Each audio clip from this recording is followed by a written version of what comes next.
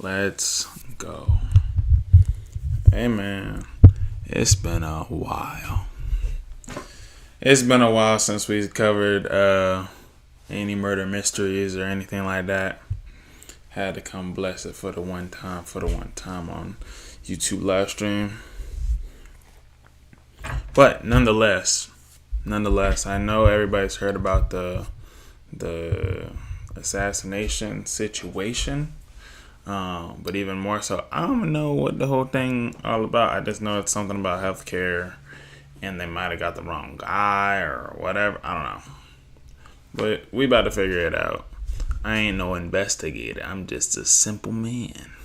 But let's go ahead and tap in. If you guys are looking for extra content that I can't post on YouTube, you can click the link in the description, and that'll be there for you. All right. So let's go ahead and get tapped in. And if you don't have your snacks and knickknacks, you tripping. I got my empanadas. Yeah. Ready to go. The man is wearing an olive green jacket with big pockets in the front. Most of his face is covered with a mask, and he's carrying this big old backpack because today is the day. He's walking through New York City, glancing from side to side, making sure that nobody is staring at him strangely, because the last thing that he needs right now in this moment is to be stopped, questioned, or even have any sort of long-standing interaction with any New Yorker. Probably the worst case scenario would be an interaction with the NYPD. But he's not even trying to think about that. Because is that woman over there staring at him right now? It's fine. It's fine. The man is on a mission. He needs to get to the destination, and everything else can be figured out once he gets there.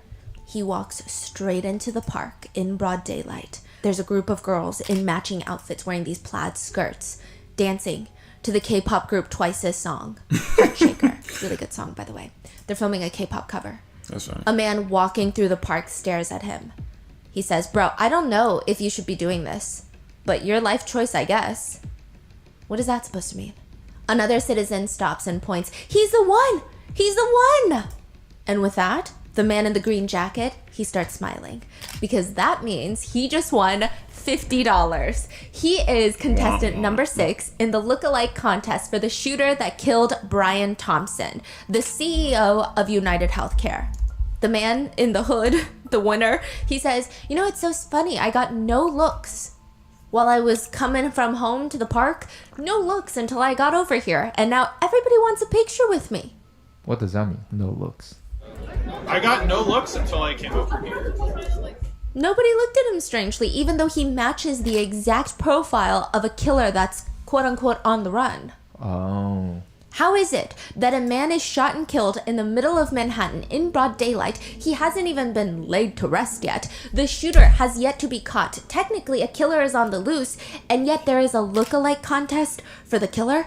I mean, what could you have done so horribly in life that in death, people are holding lookalike contests for the killer, while the killer is still on the loose? That's insane. There is a literal CCTV video of somebody shooting and killing the CEO of United Healthcare. But most Americans are questioning, who really is the real victim here? Is it the one that was shot and killed? Or is it the shooter himself?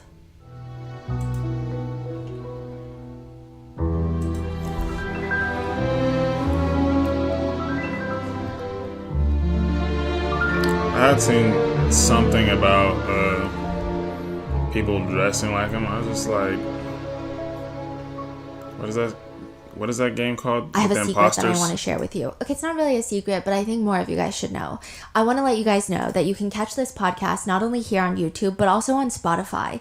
And while the show will be the same in both places, there are a few things that I love about Spotify. First of all, was the recent Spotify Wrapped. You guys have been sending me DMs and screenshots of Rotten Mango and Mott's being at the top of your podcast charts. And I just feel really connected with you guys. Secondly, Spotify is really the best platform to listen to our shows, both audio and video. Another one of my favorite things is being able to seamlessly switch between watching the video or just listening to the audio. So you can enjoy the show on the couch or on the go without missing a single beat. Also, on the creator side, Spotify has been able to give me a lot of insights into what you guys like and what you guys don't like. So it's been helping me figure out what resonates the most with you. And that's helped me shape this podcast into something that I hope you love. And I can't wait to hear what you think about the Spotify experience. Let me know in the comments. United Health Group. So when we refer to Brian Thompson as the CEO of United Health, Let's skip ahead. you would be surprised at how much someone could gather from the types of books you read. For example, someone can see how often you read, how well read you are, what kind of genre of books you read, but those are very obvious. You can even tell if someone is more lenient and likely to give high ratings. Maybe they're generous versus someone who never gives a high rating and just has a plethora of 2-star reviews. If the Goodreads account holder leaves reviews, you can even see how they feel about certain topics, what kind of things that they... Let's go back. I think we missed some stuff. As we work on our mission to be worthy advocates. As always, full show notes are available at rottenmangopodcast.com. A few big disclaimers for today's case. This case is currently ongoing. There's new developments every single day. If there are any major developments, which is to be expected, we're going to add them in the pinned comments below or perhaps even make a follow-up video. But most of what we could find is available publicly online, which includes netizen comments, theories, netizens' own personal experiences with healthcare in the US. And legally speaking, I am not here, nor would I ever be able to verify if each and every netizen's personal anecdote is factually correct. We trust you guys to come to your own judgments and opinions like you do with any and all cases that we bring you. And we tried to gather all the sentiments on the internet as well as legacy media included so you can see the full picture of what's going on. This is not supposed to be a think piece. We're not trying to sway you one way or the other. And obviously, I think you guys are smart enough to make your own informed decisions on how you feel about something. However, it would be silly to not recognize the healthcare system to everyday Americans is, personally, in my opinion, a torture system. And I think to not even address that would be kind of goofy. Additionally, just because somebody has been arrested does not mean that they are guilty of a crime. Everybody has the right to be presumed innocent until proven guilty. True. And one last disclaimer. For the sake of brevity, we will be referring to United Healthcare as United, but please note that there is no relation to United Airlines, which is more commonly referred to as United. Additionally, United Healthcare is just one arm of a massive company called United Health Group. So when we refer to Brian Thompson as the CEO of United Healthcare or United, he's actually the CEO of just United Healthcare. There are other CEOs involved. There's a ton of different subsidiaries that United Health Group owns. And then there's a CEO that is the CEO of United Health Group, the whole organizational structure. So I know that some people on Twitter were getting a little bit confused because they're like, wait, I saw different names as the CEO of United Health Group, but this is United Healthcare's CEO. So this is the insurance arm. This is where people feel, I guess, more emotional about the case. But we will get into the nitty-gritty of the United Health Group in a second. So with that being said, let's get into it. Goodreads is kind of like the Yelp for books. You go on there and you rate and review books that you've read, but it's also a great place to stalk someone. And I don't condone this, but you would be surprised at how much someone could gather from the types of books you read. For example, someone can see how often you read, how well read you are, what kind of genre of books you read, but those are very obvious. You can even tell if someone is more lenient and likely to give high ratings. Maybe they're generous versus someone who never gives a high rating and just has a plethora of 2-star reviews. If the Goodreads account holder leaves reviews, you can even see how they feel about certain topics, what kind of things that they pick out from a 900 page book. Some people will even take it a step further, trying to figure out someone's most favorited books, their highest rated books, and see what that says about you. Some popular book analysis on TikTok include, which are all jokes, don't get offended. If your fantasy book choice is Cruel Prince, you're a furry. I said it. If your favorite book is The Secret History by Donna Tartt, one TikToker states, you think reading classics and drinking red wine and smoking cigarettes makes you all mysterious and so intelligent, but it just kind of makes you annoying. If your favorite is A Little Life, you are mentally ill. What? It's a really sad book. You're torturing yourself if you read it. Apparently it's devastating. Now, the past few days, a Goodreads account has gone viral, which doesn't really happen. I mean, usually you have people's social media accounts going viral, but this is like someone's Yelp page going viral. But everyone on the internet is trying to decipher, crack the code to what does this mean? What does this man's Goodreads account mean? The viral account shows the man has 295 books read, logged on Goodreads, and is currently reading The Book Thief, a historical fiction about Nazi Germany during World War II. Omnivore's Diet by Michael Pollan, which is about the ethical implications of our food choices, and How to Change Your Brain by Michael Pollan, which is a very intense book about how psychedelics could be used to treat mental health conditions. It's a very interesting combination of reads. In his favorite section, you have The Lorax by Dr. Seuss, which is not just a children's book, but it's a critique of environmental practices as well as a critique of the timber industry, and it's actually a pretty anti-capitalist critique. Other favorites include The Bullet Journal by Ryder Carroll and What's Our Problem by Tim Urban. Aside from his favorite, it's clear that this man is interested in Hawaii. He's reviewed 2 travel guidebooks for Hawaii. There's self-help books thrown into the mix, as well as fitness books. A mixture of tech-related reads are on there, such as Algorithm Design, which he rated 4.16 stars. Very generous. The 4-Hour Workweek by Tim Ferriss is there. And this one is interesting because he actually leaves a little personal snippet in the review.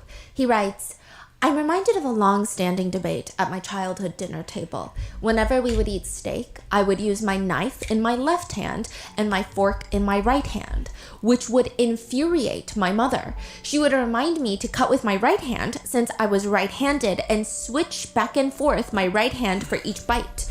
When pressed for a reason why, she would reply, because that's how it's done. That's how you cut it. Dissatisfied, I would press further. She would reply, because that's proper manners. As a 6-year-old, I found this to be the most pointless and inefficient process in the world, and I would voice this opinion. Why would I switch hands every single bite to maintain some arbitrary convention? The final reply was, one day you're going to meet a nice girl, and when you go out to dinner with her, you're going to need proper manners. My response then, and still a fundamental belief to this day, is that anyone who cares about something so small and insignificant is maybe not someone I would want to spend my time with. This is comment under 4-Hour Workweek by Tim Ferriss. The Goodreads account also goes on to like 2 quotes, because you can like quotes from books. One reads, science fiction is already happening to some extent in our own society. Instead of removing the conditions that make people depressed, modern society gives them antidepressant drugs. In effect, antidepressants are a means of modifying an individual's internal state in such a way as to enable him to tolerate social conditions that he would otherwise find intolerable. Imagine a society that subjects people to conditions that makes them terribly unhappy, then gives them the drugs to take away their unhappiness. Right. This quote is from the book Industrial Society and Its Future. For the full book, the Goodreads account leaves a lengthy review that becomes very pertinent. It reads, clearly written by a mathematics protege, reads like a series of lemmas on the questions of 21st century quality of life. It's easy to quickly and thoughtlessly write this off as a manifesto of a lunatic in order to avoid facing some of the uncomfortable problems it identifies. But it's simply impossible to ignore how prescient many of his predictions about modern society turned out. He was a violent criminal, rightfully imprisoned, who maimed innocent people. All these actions tend to be characterized as those of a crazy Luddite. However, they are more accurately seen as those of an extreme political revolutionary. A take I found interesting online is this. So then he quotes a netizen comment he read online. He had the balls to recognize that peaceful protest has gotten us absolutely nowhere, and at the end of the day, he's probably right. Oil barons haven't listened to any environmentalists, but they feared him. When all other forms of communication fail, violence is necessary to survive. You may not like his methods, but to see things from his perspective, it's not terrorism, it's war and revolution. Fossil fuel companies suppress anything that stand within their way, and within a generation or two, it will begin costing human lives by greater and greater magnitudes until the Earth is just a flaming ball orbiting third from the sun. Peaceful protest is outright ignored. Economic protest isn't possible in the current system. So how long until we recognize that violence against those who lead us to such destruction is justified as self-defense? Those companies don't care about you or your kids or your grandkids. They have zero qualms about burning down the planet for a buck. So why should we have any qualms about burning them down to survive? We're animals, just like everything else on this planet. Except we've forgotten the law of the jungle and bend over backwards for our overlords when any other animal would recognize the threat and fight to the death for their survival.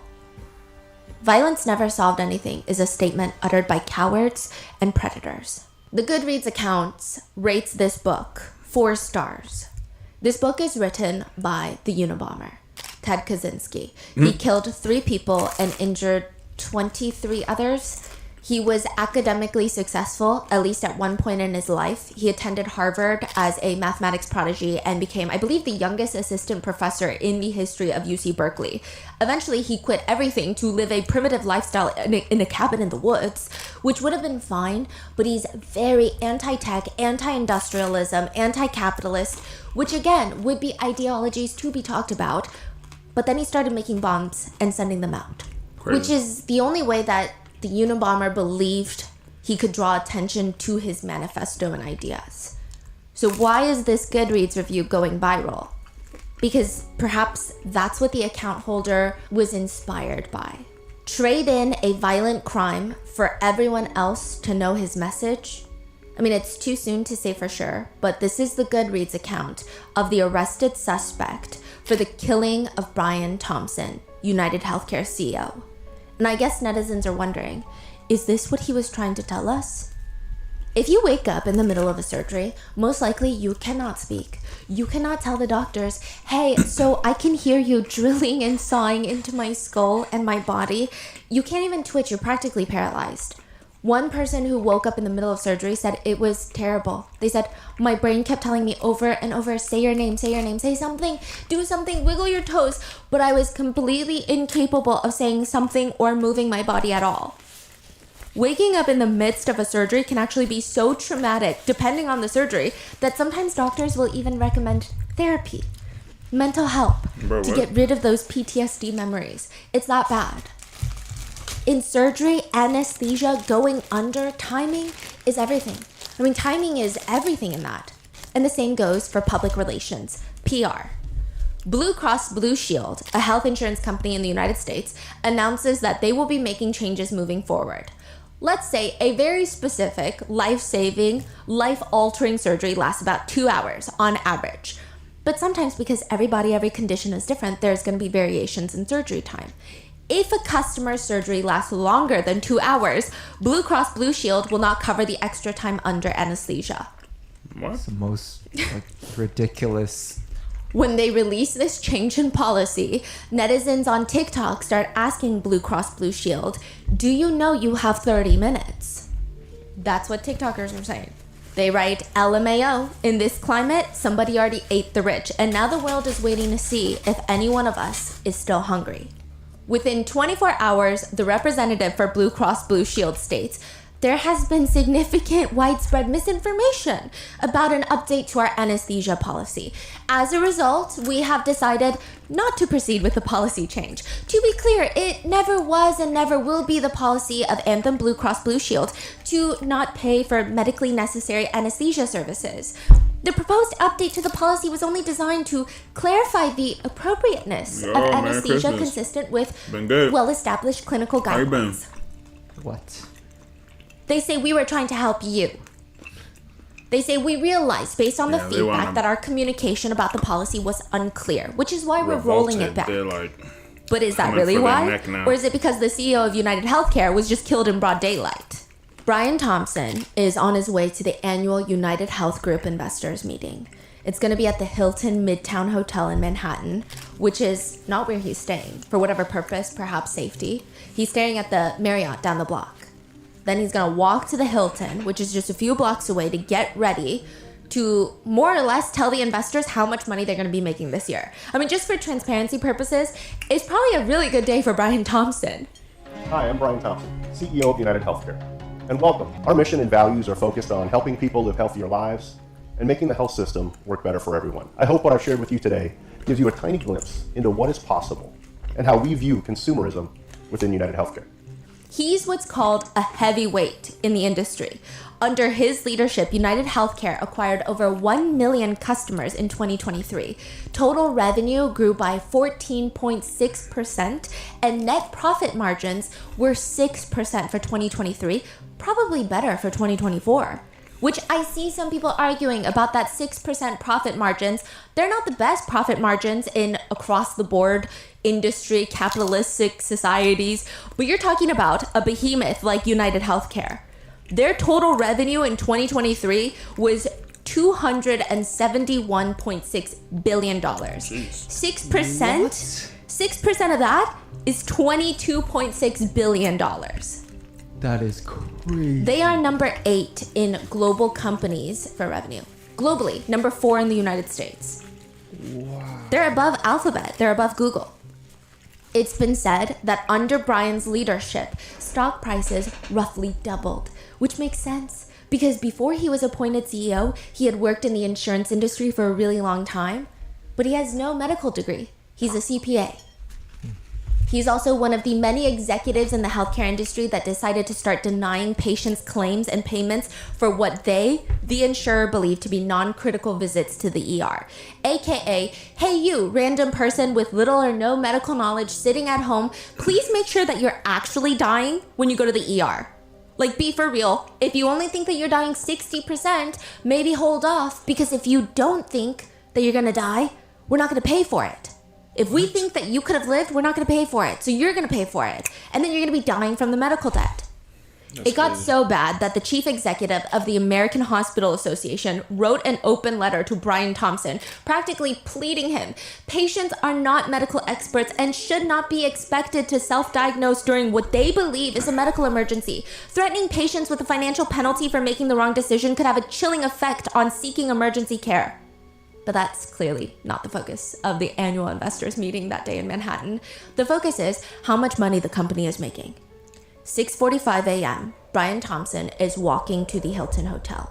He's about to reach the door when a hooded, masked man walks up behind him. First shot in the leg. The second shot goes into his back. And at least 3 shots are fired directly into Brian Thompson at a pretty close range. And he drops dead. A few details to note. The gun appears, at least initially, to malfunction, but the suspect is able to clear it calmly. They are overwhelmingly calm, collected, to the point where some people initially believe that this is a professional job. Brian Thompson is clearly the target, and the end goal is his death. There's no robbery attempt, no attempt to even talk to him. It said the suspect loitered around waiting for Brian to arrive to the Hilton Hotel for perhaps like 5 minutes. There's another person that's standing nearby when the suspect takes out their gun and starts firing. They end up running off. There's no attempt to harm that person or anybody else, just Brian Thompson. When the shots are fired, Brian Thompson is down. The suspect then walks into an alleyway before hopping onto a city bike and heading towards Central Park. He ran. Brian Thompson is rushed to the hospital where he is pronounced dead. In 2023, 386 people were killed in the city of New York. That is more than 1 murder per day. As with anyone else and their tragic murders, the show must still go on. The same day, Rockefeller held its highly anticipated annual Christmas tree lighting, while the suspect, the shooter, is still on the loose in Manhattan. The NYPD hold this whole press conference to state that, quote, I want to be clear. At this time, every indication is that this was a premeditated, pre-planned, targeted attack. This does not appear to be a random act of violence. Many people passed the suspect, but he appeared to wait for the intended target. The NYPD commissioner states, the shooter appeared to be lying in wait for several minutes before approaching the executive from behind and opening fire. NYPD also highlight, is this guy a pro or not? They say, the precision of the shooting, the use of a ghost gun, and the escape on a bicycle suggest that this was not a random act by an amateur. So speaking of a ghost guns are likely 3D printed guns. That is crazy. How is that very common? They say if you have enough motive, if you have enough technological knowledge, you can buy a 3D printer and do it. Okay, so that's why. That's what a lot of experts are saying, and they're really concerned about what this means. Cock it back every time he shot. Because there's no way to track those. Yeah. I mean, it's still wishy-washy how to track regular guns. Ghost guns are even harder. Yeah. A lot of firearms experts stated online that watching the footage, this guy's gotta be pro. Some of them even state using a silencer in broad daylight. There was a silencer on there. A 3D printed silencer. And then casually biking away from the kill. That's some calculated pro level stuff. I mean, look at the precision in the shooting. You don't get that aim without practice or at least being a pro. One expert states, I mean, it doesn't necessarily mean that this shooter is a professional hitman. It could also be a very determined, very well-researched, very practiced individual. One netizen disagrees. Not a pro hitman, but feels like a hitman. Others argue, well, usually hitmen are like ghosts in the night. You don't see them. You just know that they're there because now somebody's dead. He was caught on CCTV footage shooting and killing Brian Thompson. You could hardly call that a pro. One comment reads, how could anyone miss at that range? Yeah, it's a good hit, but come on, like a 5-year-old could make that shot. Another person comments, a trained marksman would have walked up within arm's reach and made one kill shot. The main argument by those who do not believe him to be a professional being, I mean, if he in fact is a professional hitman, why would he be caught on CCTV camera? But then others argue, what if that was the point? One comment reads, if there had been no footage of the killing, the media impact and reach would be 50% less. He was both a professional shooter and motivated to hurt the company or something. Regardless, the police reveal that they have a few strong leads that they're going to follow. First, they release a few photos of the suspect, likely the most pertinent one being CCTV photos of him when he pulled his mask down to briefly smile at the front desk employee. A lot of rumors online say that he is smiling at a Starbucks barista who he was flirting with. Oh, yeah. Yes, but it's actually false. He was perhaps flirting with the hostel worker, but it's at the hostel that he was staying at prior to the shooting. Yeah. One source states that the receptionist at the front desk asked to see his quote-unquote pretty smile, so he briefly pulled down his mask to show. It is worth noting that he did allegedly stop by Starbucks prior to the shooting, but the picture itself is not from there. The police then release another photo along with that. It is of the suspect in the back of a taxi car after leaving Central Park after the shooting. There's drones flying through the air. Canine dogs are sniffing every leaf-covered planter in Central Park. They've got divers diving into the lakes at Central Park wearing full-on scuba gear. They're going into the lake for 3-4 days, to which netizens have said, let's be honest, would they have done this all for a regular citizen? The answer is no. It would take months for a regular citizen to get any sort of resources used for their case, if ever. It's important to rule out any fish, so the NYPD must go fishing. Not only that, they're sending NYPD officers to Atlanta, New Jersey, Connecticut. It's turning into a full-blown national manhunt. Officers stopped an entire train. They stopped a train dead in its tracks, searched it from top to bottom. Nothing of interest was found. I mean, they searched the entire thing. One NYPD spokesperson said, we are getting tips. It's helping. We are following up on every tip that's come in. Which, of course, is what should happen in every single murder case, but it never happens unless that same someone is worth $50 million. So it goes without saying, New Yorkers feel like there's enough people looking for the suspect. It probably felt like the entire force of the NYPD officers is out there, so why should New Yorkers help? They don't get paid enough for this. In fact, New Yorkers are out there purchasing the same jacket and the same backpack to the point where both are sold out. It's like a movie. Crazy. Netizens right. It's a shame. My healthcare doesn't cover vision because I didn't see Another reads, LMAO, so they want us to play cop for free. Yeah, no. Even when the FBI puts up a reward for $50,000 leading to the arrest and conviction of the backpack shooter, and the NYPD is offering up to another $10,000, nobody wants to help. Instead, social media comments read, do we, the people, have to pay those FBI reward dollars? Why? Besides, can they not just narrow down the suspect? I mean, the police know that the suspect knew that United Health Group was holding an investor conference at the hotel that day. They knew what route Brian Thompson was going to take, which means this could be one of the many disgruntled employees that were laid off for profits, or it could be a customer of United Healthcare. So that suspect list would include almost the entirety of the U.S. population, millions upon millions of people. But the NYPD want your help. And they say that backpack is going to be a treasure trove of evidence. That backpack, I mean, it could have the murder weapon in the backpack. It could have any other identifying information in the backpack. This is going to be the big break in the case that they so desperately need. And they find the backpack in Central Park. They find it. The NYPD unzip the backpack. They pull out the first item of interest, a Tommy Hilfiger jacket. They're like, what is that? The backpack was just... Sitting there, Central Park. It was left Yes. on purpose to be found. And then they reach in, pull out the next thing, the only other thing really in the backpack of interest, a stack of Monopoly money. Late 2023, That's hilarious. the Department of Justice, the DOJ, launches an antitrust monopoly investigation into United Health Group. They're being investigated for being a monopoly. There are probably a list of 1,069 reasons why the DOJ would probably want to investigate United Health Group, but one of the biggest points of contention being there is a subsidiary of United called Optum. Optum provides health services. They have hospitals, private practices all across the United States. Meanwhile, United Healthcare is the insurance arm. So now go for United like an owns extreme providers, too. they own the Bullshit. doctors, they have a pharmaceutical division, they have the insurance division. They also recently purchased Change Health, which is the processing claim, like the IT division. That's where doctors go on there to process their claims to get insurance money from United. So they own pretty much everything. It's a vertical monopoly, some would say. It's been said that United owns or is affiliated with about 90,000 physicians, which is about 10% of all doctors in the United States.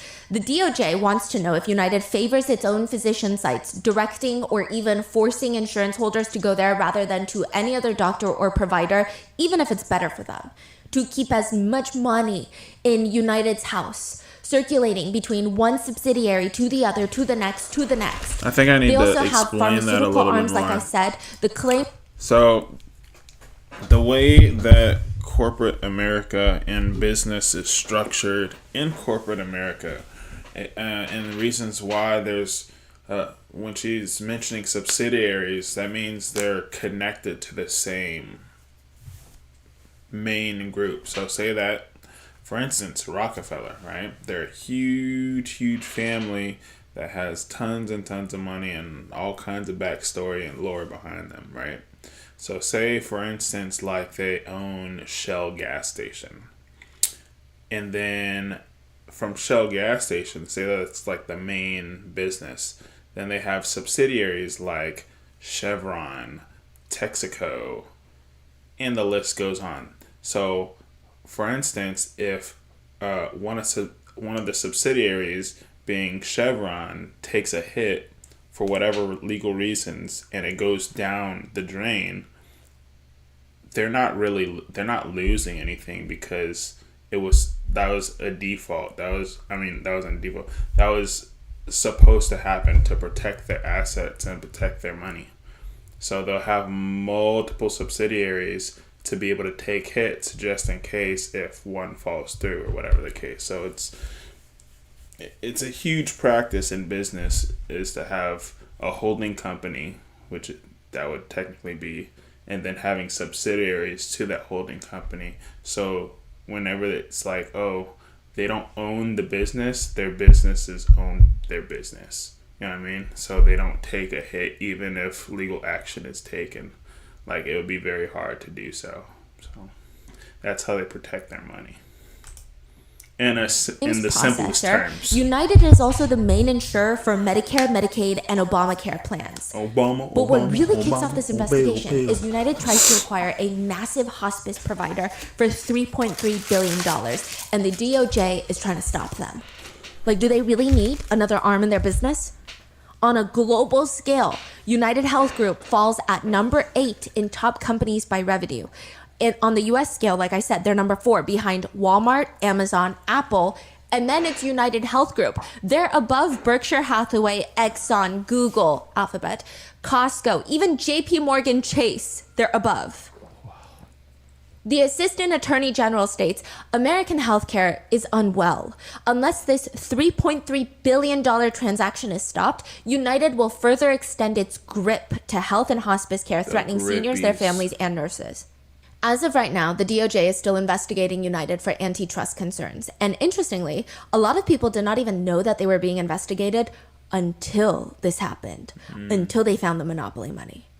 Even more interesting is that Brian Thompson is not only the CEO of United Healthcare, that is obviously being investigated by the DOJ, but he is named in another class action lawsuit filed alleging that Brian Thompson knew that the DOJ was going to investigate United Health Group, and before that information was made public, because this is a publicly traded company, he allegedly sold over $15 million of his personally held United Health Group shares. Insider trading is the allegation, which had he not sold the shares and allegedly partaken in this alleged insider trading, he would have likely lost about $800,000 in shareholder value, which, don't get me wrong, it's a lot of money.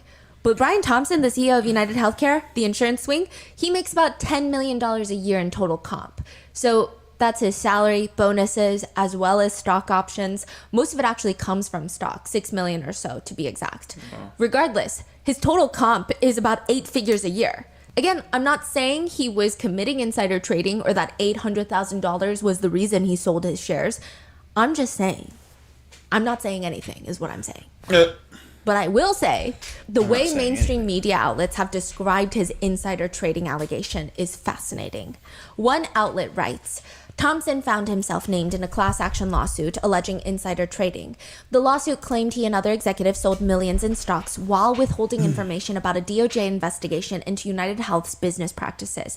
Despite these legal battles, Thompson remained steadfast in his commitment to steering the company towards innovation and growth. His ability to lead during times of turbulence earned him respect from industry peers. That's an interesting way to look at this. Right. I mean, should we start doing that to every alleged criminal? It's fascinating. That is the way mainstream media has spoken about Brian Thompson and his alleged crimes and ultimately his death. The sentiment cannot be shared with social media users. On Spotify, you can create these oddly specific playlists. Like there's one titled, The Masculine Urge to Stand Outside All Alone in the Snow. Another one is songs that make me feel like I'm slowly drowning in a bathtub in a dimly lit room. Another one reads, when the zombie apocalypse finally happens but you make no effort to survive. Or a recently created one, oddly specific, POV taken out a CEO. The thumbnail is the picture of the suspect smiling, and there are 71 songs on there. The list of songs include Welcome to New York by Taylor Swift, Wow. Angel with a Shotgun, Do You Hear the People Sing, Trouble's Coming, and My Shot. Over 10,000 users saved it and are bopping to songs about the CEO assassin, as some have dubbed the suspect. That's what they're calling him. I mean, is this a normal reaction? I guess that's the debate here. Others are taking to kinda Twitter crazy. to post pictures, zoomed in, and cleaned up images. Like, you know, in those movies, they like zoom in. The FBI's like, clear up the picture, unblur it. And it's the suspect when he briefly takes off his mask. And when you see this clarified HD photo, it is so clear that the suspect is Mr. Beast, Nancy Pelosi, Ben Shapiro, the cat from Sabrina and the Teenage Witch. They're just photoshopping faces onto the assassin's You're photos. saying memes. People are making memes. So many memes. Another viral tweet just reads, just left an anonymous tip and reported Amy Schumer for shooting that United Healthcare CEO. Or simply, thoughts and deductibles, praying hands emoji. I would say, after digging through the depths of Twitter and TikTok and Reddit, 70 to 80%, if not more, of the interactions on this case lie somewhere between, haha, this is great, to, not great, but I'm not going to cry about it either. Also, that meme is kind of funny. That's where I would say 70 to 80% of the reactions lie, while the others are upset that the public is condoning violence and wants netizens to take a really good hard look at the fact that he is a husband and a father. Brian's wife, I believe they're separated. Like, I don't know if they're estranged, but I don't think that they were living together. She gives a statement that says, "We are shattered to hear about the senseless killing of our beloved Brian. Brian was an incredibly generous, loving, talented man who truly lived life to the fullest and touched so many lives. Most importantly, Brian was an incredibly loving father to our 2 sons and will be greatly missed. That said, someone on Twitter creates an account called The Ghost of Brian Thompson and is just going around commenting on people's nightmare United Healthcare experiences. One tweet reads, "I had a stroke and United Healthcare moved me from the top stroke center in the state to another hospital because the ER I went to was out of network. My doctor made them wait until I was out of the ICU. They refused to cover the ambulance they made me take to the other hospital." The Ghost of Brian Thompson responds, that's the Twitter account name, "It's not United's fault that you had a stroke. You made the life choices that got you where you are. Merry Christmas." This is crazy. Netizens are commenting things like, "This is getting more coverage than what United Healthcare has ever provided." Sending prior authorization, denied claims, collections, and prayers to his family. People also comment, "Was his trip to the ER really emergent? According to his own company, my husband's heart attack wasn't an actual emergency, and we were out the full deductible, so I'm just saying." Others say, "I can't even pretend to care. I hope he's looking up at us." Another comment reads, "Will his family still be billed? Did the ER wait to render care until they confirmed his coverage? I'm not certain the hospital was medically necessary. Did he try his primary care physician first after getting shot? Was the hospital in network? Did he really need to go to the ER? Why didn't he try urgent care first?" To which one netizen finally puts their foot down and responds to the comments writing, "Why would you awful people say such awful things that restore my faith in humanity?"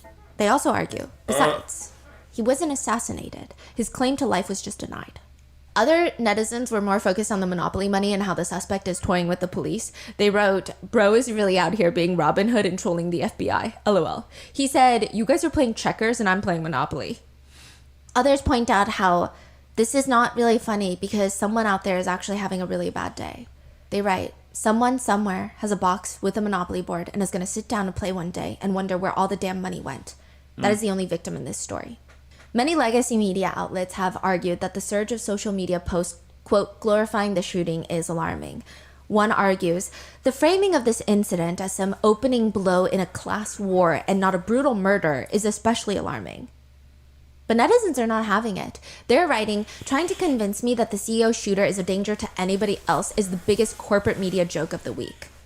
One netizen pushes back on the mainstream media's strong interest in the case, writing, "The real news isn't the murder of the United Healthcare CEO. It's how many Americans don't care and are actively celebrating his death, okay?" They also write that about 65,000 people in the United States die per year because they're not covered by insurance or they're underinsured. 65,000.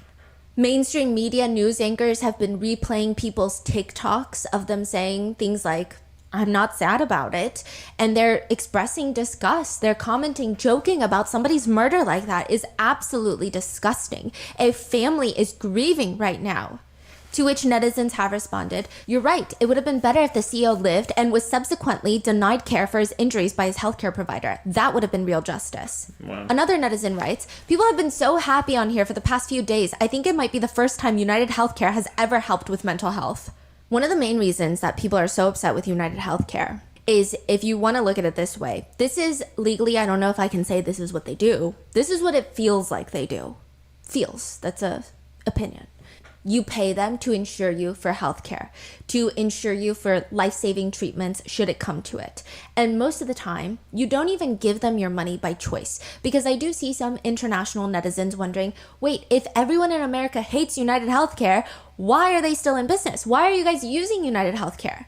There really is no market for insurance. A lot of times it's what's offered to you at work. Corporate healthcare plans are sometimes cheaper with United Healthcare. Employers will go with United because they are looking out for themselves rather than their employees. So now so many Americans are stuck with United Healthcare because they have no choice. And even though they had no choice, they still have to pay United Healthcare massive premiums every single month, hundreds of dollars, if not more, depending on who you are and if you have any conditions. And then once they finally go to the doctor to get the care that they need, they file a claim to United saying, "Hey, remember how I pay you so much money? Probably more money than I spend on groceries every month. Yeah, well, this is why. Remember? Please pay the provider for this x-ray I had done because I could have died." The claim still has to be approved by United. Wow. United has the highest claim denial rate in the industry. The industry average being around 16%, United denies claims over 30% of the time. A third. Imagine you're going through a fast food drive-thru. You pay money, and a third of the time, you may not get your food. In fact, you may owe more money. It's One of my favorite things is Like shopping for other situation. people. But shopping for myself is an internal struggle. I think we've all had that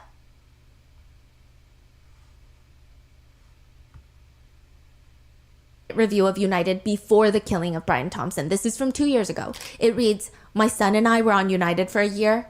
It was the worst experience I ever had with..."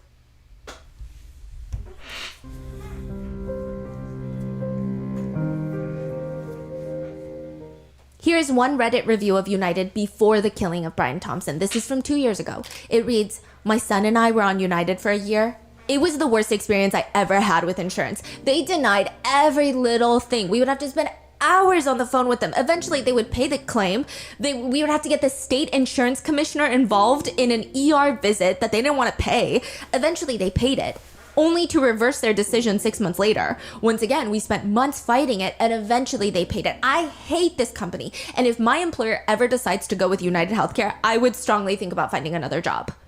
One comment under that reads, "I'm having the same issues right now. Denying all my claims, now I'm being billed thousands of dollars for routine blood work." oh, that's what. One ER nurse on TikTok says, "The things I've seen dying patients get denied for by insurance makes me physically sick. I just can't feel sympathy for Brian Thompson because of all those patients and their families."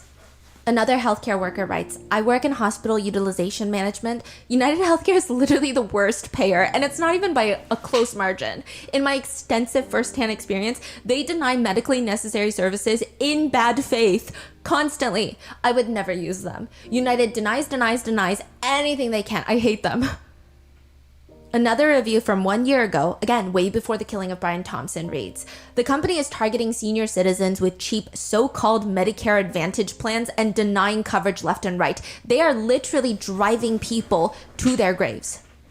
Another netizen writes, "It's scary, but I'm not surprised something like this finally bubbled up. Especially with the current dynamic in our society, it's akin to pitchforks and torches. The health system is a scam, and somebody finally snapped." Another netizen points out, "Their business model is predicated on systematically denying customers vital care. They are effectively stealing billions in profits. So for example, United Healthcare makes billions, hundreds of billions of dollars from all those insurance premiums. And they're incentivized to pay out less claims. Yeah. So they can hoard more money to themselves. There's actually a law that you have to pay out a certain percentage of the monthly premiums that you receive. Yeah. United did not. So they actually had to pay back consumers. I think like Wow. 7% of their annual premium. Wow. Yeah. That is crazy. So that was a whole so thing. they're okay. So basically, they are taking $100 in, for example, every month. They pay out. Let's say the law says you have to pay at least 50% of that. At least. Yeah, probably more like $30. Okay, at least 30% of dollar of that you need to pay for those medical procedures, and they are under. They only pay $23. They're like, fine, here's $7. Let me pay Yes. the patients $7 more. Yes. Because, yeah, I mean, you do with that what you will, that information. United also provided the health insurance plans for students at Penn State University, not to be confused with UPenn, which is important later, but I digress, okay?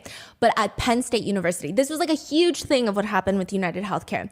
They are going to provide insurance plans for students. It is a lucrative business model. Very healthy young students. I mean, Penn State University, you're talking about middle upper class students that probably take good care of their health. Have been at this point. They're athletic, they work out, they're good. Paying every single month. Most of them don't really need that much medical help. Just some routine checkups, that's it. But one student at Penn State was costing United Healthcare $2 million a year. He has ulcerative colitis, severe arthritis, debilitating diarrhea. He has bloody diarrhea 40 to 50 times a day. And I know someone might be like, oh, well, I have diarrhea. This is to the point he cannot engage in any normal activities. He cannot play sports. He cannot even go outside. He can't even go to the store to pick up apples because he could have debilitating diarrhea in the middle of the store. He has fatigue. He has potentially life-threatening blood clots. To treat him, it was costing United Healthcare $2 million a year. But now they don't want to pay that anymore. Even though he's insured, even though he pays for their services. This is the social contract, and it's pretty much a contract, but they don't want it. Christopher needs that care. In 2021, a phone call is recorded by a United nurse and her colleague that works at United Healthcare. They're talking about how a doctor reviewed Christopher's case and decided he does not medically need all the medications he's on. You know, like the things that are keeping him a normal human being, he doesn't need it, which means if a doctor can say Christopher does not need the medications that are quite literally saving his life, United does not need to pay for it anymore. And they laugh about it. He states that it's not medically necessary treatment.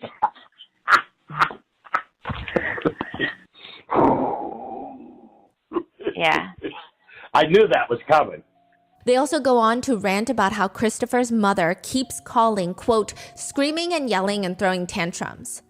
Yeah, because her son could die, but I guess that's funny. They both state that for the family to appeal the denial of treatment would be a waste of the family's time and money, so there's nothing that they can do about getting this potentially life-saving treatment denied. One of them remarks, "We're still gonna say no regardless." Christopher and his family end up suing. That's how this call is released. Through those court documents. This is how United Healthcare is talking about their customers that pay every single month. They laugh when they deny life-saving care. They also bury doctors' reports that told United, hey, if you alter Christopher's medications, that would be very dangerous for his health. They did not care. When all this came to light, a United spokesperson said, Christopher's treatment involves medication dosages that far exceed FDA guidelines. In cases like this, we review treatment plans based on his current clinical guidelines to help ensure patient safety. Which is not true. One of Christian's doctors wrote, this is not a typical case. He's very young. His condition is very extreme. Of course, we cannot stick to FDA guidelines. It's just not going to work for him. The FDA guidelines are there for the mass general public. And it's just a guideline. And they write, his disease is significantly severe with a diagnosis at a young age. He has failed every biologic medication class recommendations by guidelines. Therefore, guidelines can no longer be applied to this case. This is what's working. We've tried lowering his meds. It didn't work. So the United Healthcare is saying that we did it for him. That's exactly what Blue Cross Blue Shield was saying. Oh, right, They're right, saying, right. people are getting too much anesthesia, so we're doing it for you. And everyone's saying, you're not doing anything for us. Yeah. You're crazy if you think that. This is such crazy gaslighting on a corporate level. On top of that, Christopher's parents, they both work at Penn State University. They're faculty. So they were talking to this person that was the medium between Penn State University and United Healthcare, because it's the coverage that all the students get. And originally that person was going to the bat. They were trying to help get the United to pay all these claims. And then out of nowhere, that person becomes way less helpful. And they wonder why. This was not publicly released to anybody, but turns out in the midst of all of this, she is now fully employed by United and no longer the university. Originally, she What? was employed by the university. Yeah. So her interests lie with her students. Yeah. But now United has taken her on as an employee. She still works at the university and she's still the middleman, but she works for United. She does not work for the university. So whose interests is she protecting? That's crazy. And nobody was informed about that. They bought her off, basically. Yes. They say, here's a fatter salary. Come work for us. Yes. So we don't have to pay $2 million on this thing. Yeah. I don't know if it was solely because of Christopher's case. One could maybe potentially, in their opinion, connect the dots to that. But it is very suspicious, is it not? And the fact that even without Christopher's case, whose best interests are we serving? It's not the students anymore. Yeah. It's going to be United. United also states that Christopher, they're not treating Christopher. These are not treatment conditions. This is where it gets so confusing. They say, we don't know his exact medical history, so we don't want to treat him. Those treatment decisions are made between him and his physicians. But Christopher and everybody else is arguing, but if you're denying coverage for the treatment that the doctor recommends, are you not dictating how he gets treatment? Are you not suddenly playing doctor? Christopher states, the insurer United is playing doctor, making decisions without ever examining him or even speaking with him. Because these were the only medications that ever made him not housebound and feel somewhat normal. To return back to a state where he could not do anything, Christopher said that he contemplated self-exiting if the coverage was ultimately denied. They are still engaged in a legal battle. I believe that they settled out of court, but it was messy. One netizen states, United Healthcare, that's what it should be called. Some netizens say that the CEOs and billionaires of major corporations should feel like their actions have consequences. Not the consequence of murder, right? But it's kind of the situation of, I guess if a celebrity were to do something, there would be some backlash. A lot of CEOs and major corporations, there's some backlash, but not really. It doesn't affect them. They don't wish to be liked by the general public. Yeah. They wish for their bottom line to be fat. One netizen comments, billionaires and CEOs should see the fact that the entire internet is having a week-long celebration for one of their own's death. And they should really think about what that means. Again, that's not a threat. They're saying, think about how we got here. Yeah. Think about what you're doing with your life. But some of them have taken to making jokes, writing, my Amazon order is 4 days late, at Jeff Bezos. You seen what happened to the other guy? Stop playing. I will say most people seem to carry the sentiment, but some others disagree. One netizen rants on Twitter, United Health Group's profit margins are only 6 to 8%. That means keeping the same amount of coverage but lowering their premiums by 8% would make them completely unprofitable. We as a society is by and large financially innumerate and illiterate. It blames health insurance companies for high cost of healthcare. If this were true, Geico would also be responsible for high car prices and Progressive Home Insurance for high house prices. Salaries account for 60 to 80% of hospital expenditures. You know why healthcare costs are so high? Because our doctors make more than double compared to German and Swedish doctors. That's the reason they pay half of what we pay. Which is a fascinating argument. I don't know why this netizen has taken it upon themselves to worry about if United is making billions or a few less billions of pure profit per year, which is enlightening and fascinating of a take. But another netizen responds, the only reason that doctors get paid higher here than other countries is because the education is more expensive here. They're hundreds of thousands of dollars in debt. You can trace this, and it's going to be like the chicken and the egg story. What came first? Other netizens are just calling the original poster a corporate bootlicker, wondering what they get out of defending a soulless mega corporation that denies healthcare to paying customers. Others argue, even if all of this is true, that does not give anyone the right to shoot the man dead on a public street in the middle of the day. We have courts for those things. To which netizens argue, it's adorable that you have faith in the rule of law when your country is run by bureaucrats, twisting the system in their favor, ensuring the status quo remains the same. All of us little people stay at the bottom for the elite to use and exploit to enrich themselves further. To which a whole fight ensues. So you're saying it's okay to murder someone secretly or openly because they've been accused of doing bad things? Accused is not convicted. Accused of insider trading. Another netizen responds, almost every policy decision made by United had to pass over his desk. Every family bankrupted and every person that died because they couldn't get the proper medical care was on his hands. Why do you protect the elite who walked all over us and don't give a fuck about you? To which someone responds, people can start a class action lawsuit and they will always have lawyers coming out of the woodwork to help them. Individuals are a little more dicey, but it can be done through the court. You don't have to murder someone. Many netizens have I don't think written it would have been back. handled the same way. Can we hold these CEOs obviously. accountable? Poor people have zero access to the court system. It's pay to play. Wake up and look Yeah. around for fuck's sake. If you're trying to take somebody Another to court, comment especially reads, such courts as that, for like filthy you're gonna, rich white collar criminals? Yeah, that's and be freaking spending hilarious. way Tell more me more money, about this and they got imaginary way more world you live pull. in. One netizen expresses disappointment in society, writing, if this was your dad, you would not say horrible things. I live in Minneapolis, and I can tell you his family is wonderful. He is not the sole decision maker. It's a huge corporation. Sad that healthcare is all going downhill. It starts with the drug companies and people living longer. To which people comment, funny how when United says it to people who have policies, it's not horrible. Another comment reads, denying people healthcare after people have paid into that system is a whole new level of evil. Another debate-inducing comment reads, it's very sad many people have lost their minds in moral clarity. How can you celebrate the death of just a guy in a position to do his job and people compare him to Hitler? Folks, the guy was a human being who has loved ones like us who are mourning him right now. Please have some sympathy and maybe a little class. Many netizens have taken on the viewpoint that you live by the sword, you die by the sword. They write, when you punch down on the weak and poor, you get what you deserve. Yes. I will say, it seems like most Americans are at least supporting the suspect, or if not caring and feeling sympathy for Brian Thompson. So it's very interesting that both sides of the aisle are more or less united. one netizen sentiment sums it up pretty well. I've seen these responses throughout Reddit, and I cannot blame the reaction of many. Where's the equal amount of media coverage on millions of people being denied healthcare because of these insurance companies, or those going nearly bankrupt to cover what their insurance companies won't? Americans are dying because of their greed, and it's making it nearly impossible to feel anything close to sympathy at this point.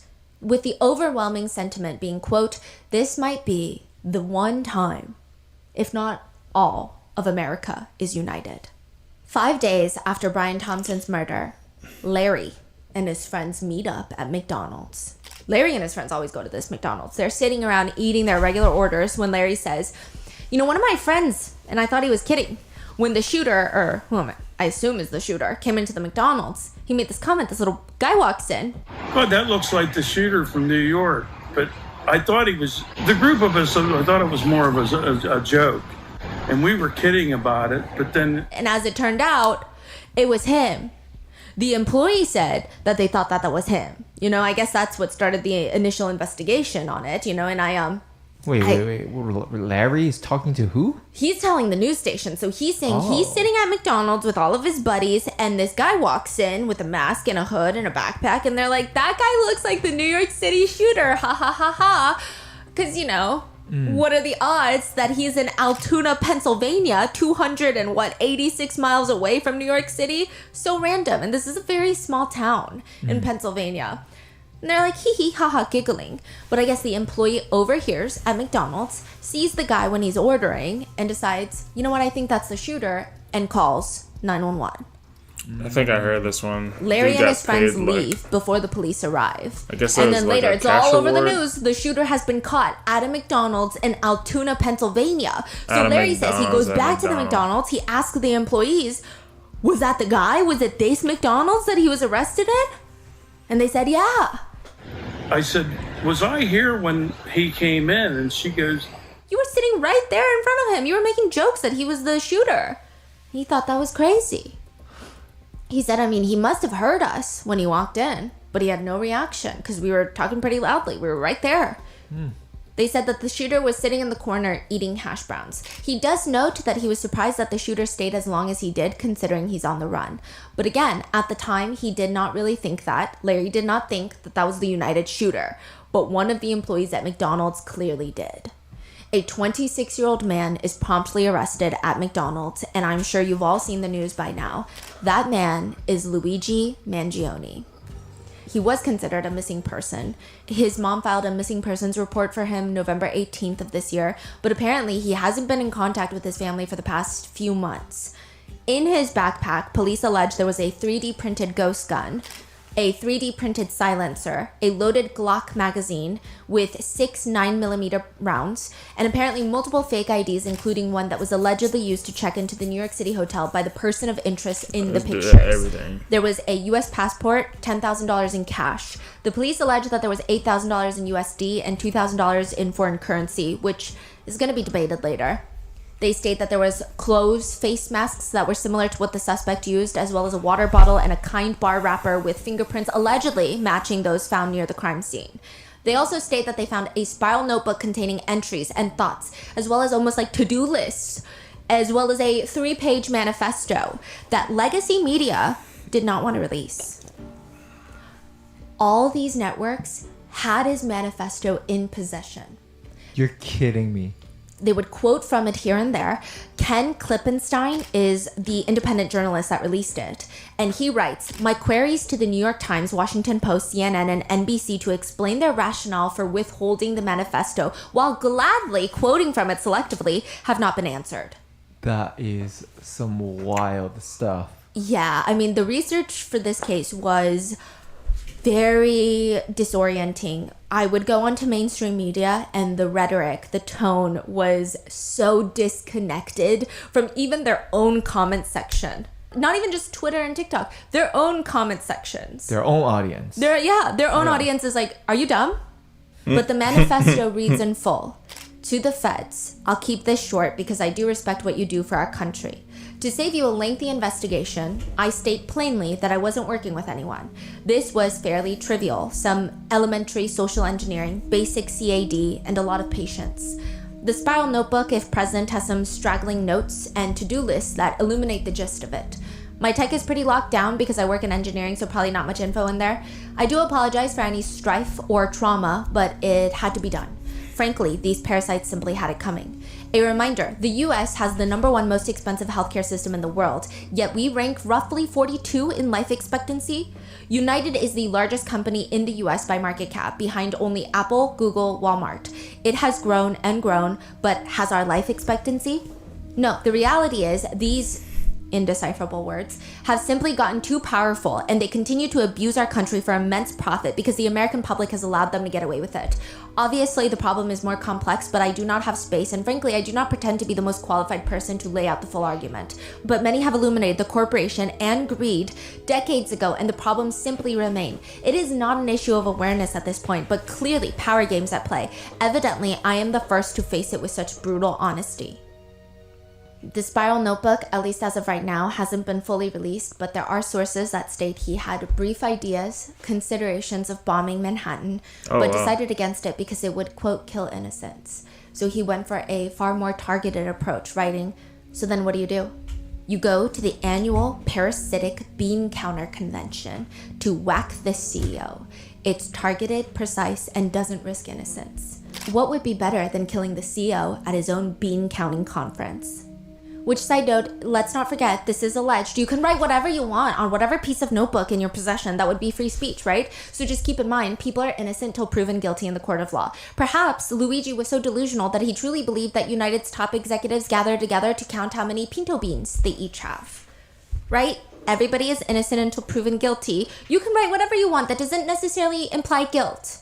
Or maybe he thought this was a plot of a movie that he could sell to Netflix. Again, take everything with a grain of salt, but the police are saying, this is like a slam dunk case. Just saying. In his Goodreads account, he did state that he wanted to read the biography of the creator of the atomic bomb, and he did rate the Unabomber's book 4 stars, so there's that. However, what does that even really mean, right? I could rate any book 5 stars. In the midst of researching this case was when Luigi Mangione was arrested while I was in the midst of researching, and the shitstorm just began. This man's entire digital footprint comes out within a day or two since his arrest, and probably more so trickling in now. Netizens found his Twitter account. This guy seems very normal. He liked posts about caffeine. It's amazing how caffeine really is the only drug that has reached this level of social acceptance. Imagine someone saying, the first line of cocaine in the morning is one of my favorite things in life. Or, without my morning joint, I can't function. He reliked this. Or just a forum screenshot. Again, not his words, just a repost. But maybe it can shed some light on his viewpoints. The screenshot is of someone asking the question, what are your thoughts on this quote? It is no measure of good health to be well adjusted to a profoundly sick society. Someone responds, those who feel strong aversion to adjusting to a maladjusted society are deemed mentally ill, alcoholics, substance abusers, or slackers. They are corralled into a 12-step group and or a mental hospital or placed on medication or even just shunned, all in the attempt to make them conform and fit in when what really needs to happen is change in the society itself. He reposts another quote, being smart makes you more prone to confirmation bias. Luigi allegedly elaborates on this viewpoint stating, in retrospect, it shouldn't have been surprising. Confirmation bias is what happens when that little lawyer in your head takes control of your thinking process, and smart people have a very smart little lawyer in there. To which netizens have commented, yeah, well, you better get a lawyer a call. They find Luigi's Instagram, which has since been taken down, his Goodreads account, like I was telling you, also taken down, his LinkedIn, and it shows that he graduated in 2020 with a bachelor's degree from the Ivy League UPenn, and then eventually went on to get a master's in computer science and minor in mathematics. He was even valedictorian at his private prep school he went to, Gilman. It's this elite all-boys school that costs nearly $40,000 per year for high school. He gave a valedictorian speech where he explains, the teachers at Gilman influenced me especially. They encouraged less of a desire to achieve high grades, but instead encouraged more of an excitement to explore academic topics outside of the classroom. I have to remember that a valedictory, by definition, is a farewell. It's been an incredible journey. Thank you. While netizens are constructing this profile of the alleged shooter, they're getting more confused because I don't think this is who they thought it would be in the beginning. And it seems like this is what netizens describe as the healthcare industry's worst case scenario of who the shooter could be. Because the shooter is not a minority. The shooter is not from an underprivileged class. The shooter is well-educated, Ivy League educated, from a privileged class, is a white, attractive male. It's a very interesting profile that starts coming together. He says that he wanted to study biology and AI. He was on the robotics team. Side note, former classmates of Luigi's have spoken out. And one former classmate says, but everyone just knew him as like a quiet, reserved, nice kid. He was obviously really intelligent, and everybody can tell that by his resume, of course. Yeah. It's been said that even his family is of a very prominent, influential family in Maryland. His grandfather allegedly made a lot of money as a real estate developer who owned country clubs, nursing homes. Yeah. They are related to healthcare. They have connections to healthcare, and even a radio station. He passed away in 2008 from a stroke. His grandmother passed away in 2023 from Parkinson's. So Luigi's grandparents, they pass away. But his parents themselves are also doing well for themselves in the family business. There's actually quite a lot of debates on whether or not Luigi and his family could potentially be wealthier than Brian Thompson. Wow. Brian Thompson's net worth is estimated to be around $43 million. It is unclear what the Mangionis are worth exactly, but people find it an interesting discussion. Perhaps even more riveting is the fact that Luigi is allegedly included in a will from his grandmother that could be anywhere between $30 million to $100 million. It's not just for Luigi himself, but they have a very large Italian family. Anybody who is charged and convicted of a felony forfeits their right to any inheritance. So it appears that if that is true, Luigi does not care for money. Wow. And there's a lot of money in his family. They donated over $1 million to the local hospital, Greater Baltimore Medical Center. The unit for high-risk obstetrics has the Mangione family name on there. They have the Mangione Family Foundation that supports nonprofit healthcare facilities. They run a real estate healthcare connected empire with nursing homes. Even more fascinating is Luigi's immediate cousin is Nino Mangione. He's a Maryland state delegate known to be quite conservative. He describes himself as, quote, conservative Republican fighting for freedom and the future of Maryland. He actually had to cancel his political fundraisers because of Luigi's arrest. He states, because of the nature of this terrible condition involving my cousin, I do not believe it is appropriate to hold fundraising events scheduled this Thursday.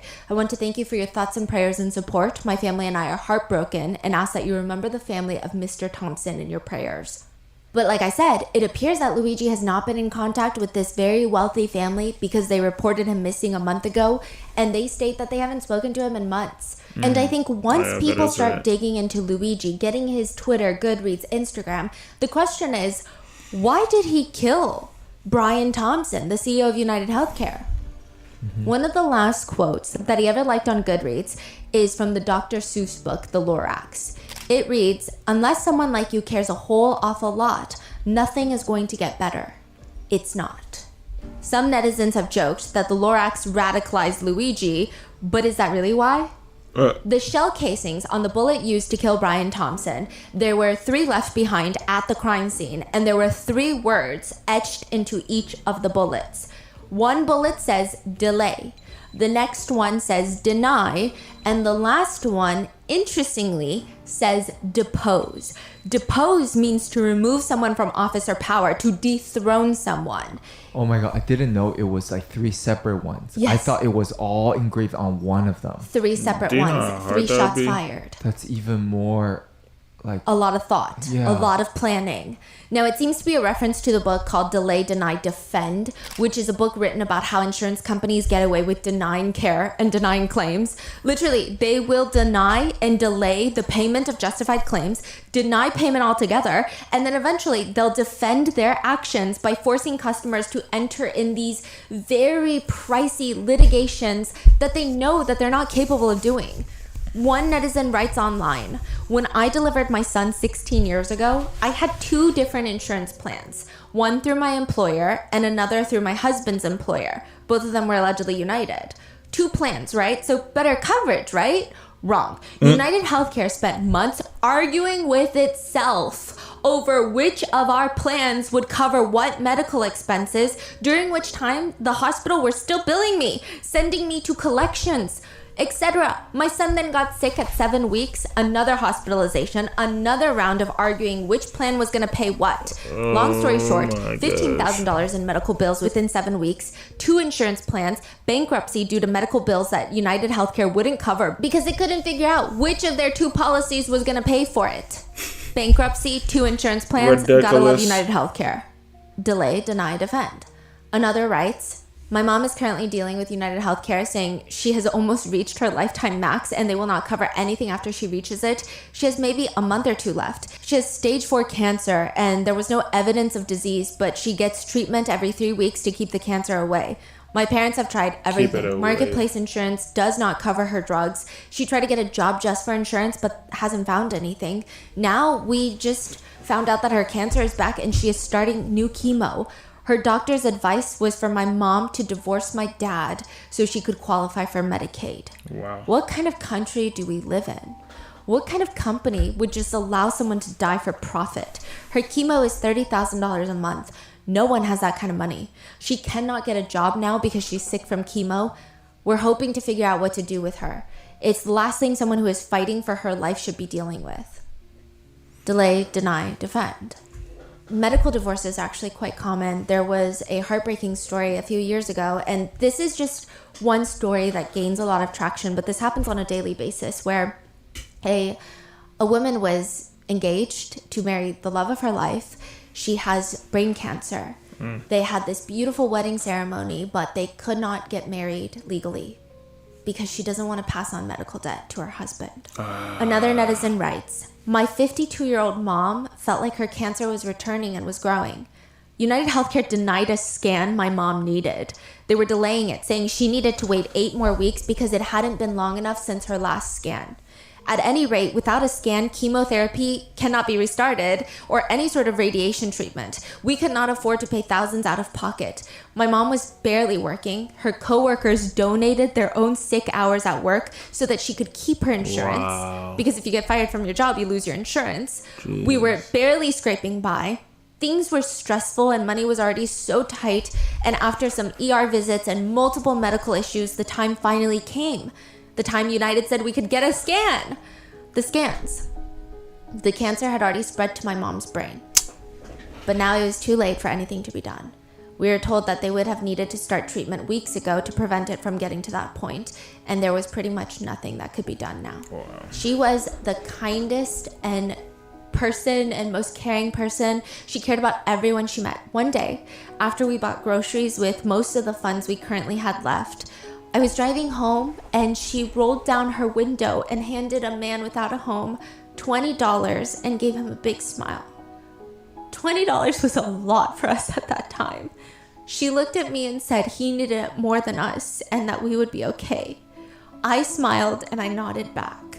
United robbed us of more time with my mom. Maybe she wouldn't have lived another year with the scan and chemo when she first noticed returning symptoms, or maybe she would have lived a few years. We don't really know, but without the scan, without the chemo, without the radiation, they were actively taking coins out of the meter of her life instead of just refusing to feed it.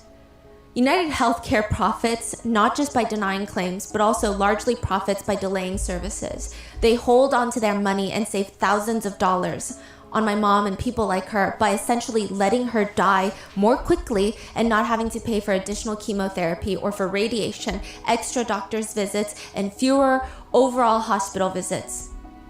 They're a criminal enterprise operating under our noses by lining the pockets of lawmakers, forcing smaller healthcare facilities and independent pharmacies to close, limiting access to healthcare locations to millions of Americans, especially in smaller towns, delaying life-saving services, all while profiting billions and more every single year. That CEO died a far too quick and comfortable death in comparison to my mother and people like her who are suffering every day and barely get by financially, physically, and mentally, while modern-day mobsters toy with their lives for profit. When that shooter's story finally comes out, it's going to resonate with many of us. I've always thought myself a very impartial juror, very open to facts and fair punishment and treatment and playing by the rules. but I don't think I could, in good conscience, find this person guilty in a court of law. You may say, who are you to say he should pay with his life? I would respond with, who are you to say that my mom and innumerable other Americans should have paid with her life and by suffering just to simply line his pockets with a few extra bucks? I'm an atheist. However, it's days like this that I wish there was a hell, because it's people like the United Healthcare CEO who deserve to spend an eternity suffering for what they've done to others for their own gain. He and United Healthcare are not out here starving on the streets, stealing a loaf of bread to eat. They are dragons amassing wealth while raising our cities. Delay, deny, defend. And sure, if someone is heartless, they could blame the customers somehow by stating, well, it can't be everyone. But how is it that pretty much every division that United Healthcare touches, other than the shareholders and people making millions off the company, there's at least some people with horrendous life-altering experiences, even their own employees? One alleged United Healthcare employee states that once she got a call from a customer, a client, technically, who's in tears. They were telling her that they were going to die because the medication that they need to live is $1,500 a month. They don't have that. And United, the people that they pay to be insured, won't cover it. She says her superiors told her the only appropriate answer for someone like that is to tell them, contact the drug manufacturer and see if they'll give you a manufacturer's coupon. The same alleged former United employee states that a man had called in once crying, stating that his doctor told him that he needs to get this very specific medication, but it's not covered. She Googles it, sees that there's a brand name version and a generic version. United will cover the generic version, not the brand name. And instead of thousands of dollars a month that he cannot pay, it's going to be $20, $30 a month, and United has to cover the rest. She helps him out, gets it covered through United. He's so moved, so touched by her generosity of doing the human thing, that as a way to show his gratitude, he starts sending flowers to their office to show her managers that she's stellar at her job, she should get rewarded for it, she should be promoted, and it's supposed to be this beautiful story with a beautiful end, right? She is reprimanded. Her manager tells her that she should never do that again on the grounds that the insurance rejected the claim for the medication. She went behind the insurer's back to find an alternative. We said no, basically. Don't go behind our backs and make us pay. She says, can you imagine paying into insurance and paying into a company that literally is designed to make sure you don't get the care you need, and then watching your kids, your parents, your grandparents, your spouse be unalived because you cannot afford these astronomical amounts that are not regulated at all? That's enough to make a person snap. I hate to say this, but this is what the employee says. Former, if you play devilish games, you're going to get devilish prizes. Another alleged former employee of United says, the call that broke me was a woman calling in about a bill she received. Her 6-year-old just died from a brain tumor, and they were planning the funeral when they got notice that they were being sued by a doctor because United Healthcare hadn't paid a nearly $1.4 million claim. I couldn't really help her. Our call center was just for checking if something was in-network or covered, but I could see her claim. One person remarks that the bullet casings having words engraved on them is, quote, that's what we call poetic justice. For a while, there were speculations that Luigi Mangione had United Healthcare and had encountered some of these insurance nightmare stories like everybody else. But it's been stated that he was never a customer of United. However, netizens are still putting the dots together. According to his Goodreads, in 2022, Luigi starts reading books about chronic back pain. The first is Crooked, Outwitting the Back Pain Industry and Getting on the Road to Recovery, and Back Mechanic by Dr. Stuart McGill. Also, Why We Get Sick, the hidden epidemic at the root of most chronic diseases and how to fight it. His X account header is an x-ray photo of someone's back that shows 4 giant screws in the lower spine, which appears to be from a back surgery that he might have had to treat a condition called spondylolisthesis, which is when one of the vertebrae in your spine slips out of position. It starts putting pressure on the vertebra below it. So your spine is made up of 33 stacked bones called the vertebrae. Your vertebrae are linked together, but they can move depending on how you move, change your posture. But if you have spondy, is what they call it, one of your vertebrae moves more than it should and slides out of its usual spot. It's now, the real pain happens when that puts pressure or even pinches a nerve in your back. Can it be like repositioned? Through surgery, which is rough. Oh, that's why there's the screws to position it. And once you screw it in place, I mean, you lose a good part of normal mobility. I mean, I guess it depends per person, but it's pretty rough. A lot of doctors don't recommend surgery because it's not going to be fun afterwards either. One doctor states the condition can be very painful if the nerves are pinched. Putting weight on your spine can hurt a lot. It's an excruciating type of pain, and it doesn't go away with conservative management. Medications aren't going to help. Injections aren't going to help. It can lead to high impact chronic pain. This is chronic pain that will impact daily acts, schoolwork, daily self-care, work. These people are more likely to struggle with mood, with one's ability to get restorative sleep, to manage the distress and anxiety that can naturally occur with pain. That's going to be disrupted. You can't even sleep. Another doctor states, for someone with spondy, physical therapy can be excruciating and won't necessarily help. It's sort of like a torture. Luigi had briefly done a remote stay in Hawaii as he was remote working. He was staying in this dorm-like structure with a bunch of people that were working remote. And the landlord of that structure says, when I first interviewed him, because they all have to be interviewed, they want everyone to get along. It's like a co-living situation.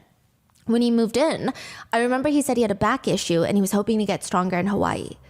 Luigi allegedly told the landlord that he had chronic pain from a pinched nerve from a misaligned spine. Spondy. The landlord states, he said his lower vertebrae were almost like a half-inch off, and I think it pinched a nerve. Sometimes he would be doing well, and other times not. I mean, it was pretty traumatic and difficult that he just took one basic surfing lesson that beginners take. He was completely bedridden for a week. Oh, this is just from a little lesson that he took? No, so he had it already, and the doctors told him that he could be mobile. Oh, okay. And he should be mobile. So he takes one basic surfing lesson and he becomes bedridden for a week. So it seems that it exacerbated it. He went on to say that Luigi, quote, he knew that dating and being physically intimate with his back condition was not possible. I remember him telling me that and my heart just breaks. He said he felt sad for Luigi because Luigi is this young, smart, accomplished, upbeat engineer. He seems very much into being active, fitness. He loved hiking, surfing, all of these things, and he can't even do that anymore. But he does remember that Luigi told him he was going to get spinal surgery in 2023, so he texted Luigi. This is after he moves out of Hawaii. Luigi just responds, long story, when asked about how the surgery went.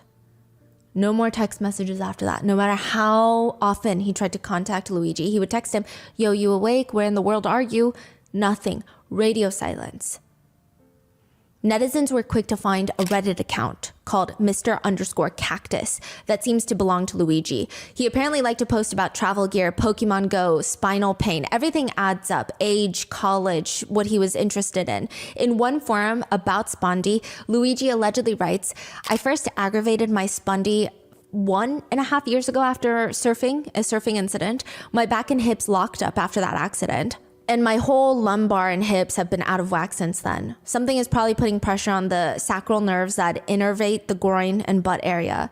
He responds, yeah, it was when I was surfing about 1.5 years ago. Basically, the extension movement destabilized my spondy. A few weeks later, I slipped on a piece of paper and my right glute locked and right leg shut down for a week. I couldn't support any weight on it. Eventually calmed down, but the stability was compromised and the glute keeps thighs in place, I guess. He warns other Redditors, if there is anything tight in your hips, maybe check it out with a PT. Not to scare you, but, you know, my numbness has become constant. Numbness in his body. Wow. In another comment, he explains how he wants to get surgery because, I mean, likely he's in a lot of pain and cannot even be mobile. When there's a Redditor talking about how their surgeon won't operate on their back, he comments, keep trying different surgeons. If your back is broken and it's unlivable, age has nothing to do with it. Good surgeons understand this and will operate you based on your symptoms and anatomy.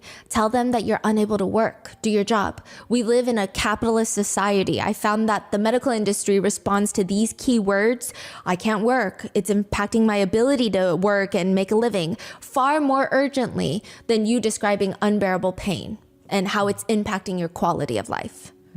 Or plan Z, fake a foot drop or piss yourself. This is the absolute nuclear option, but there comes a point where it's just ridiculous that people won't operate on your broken spine.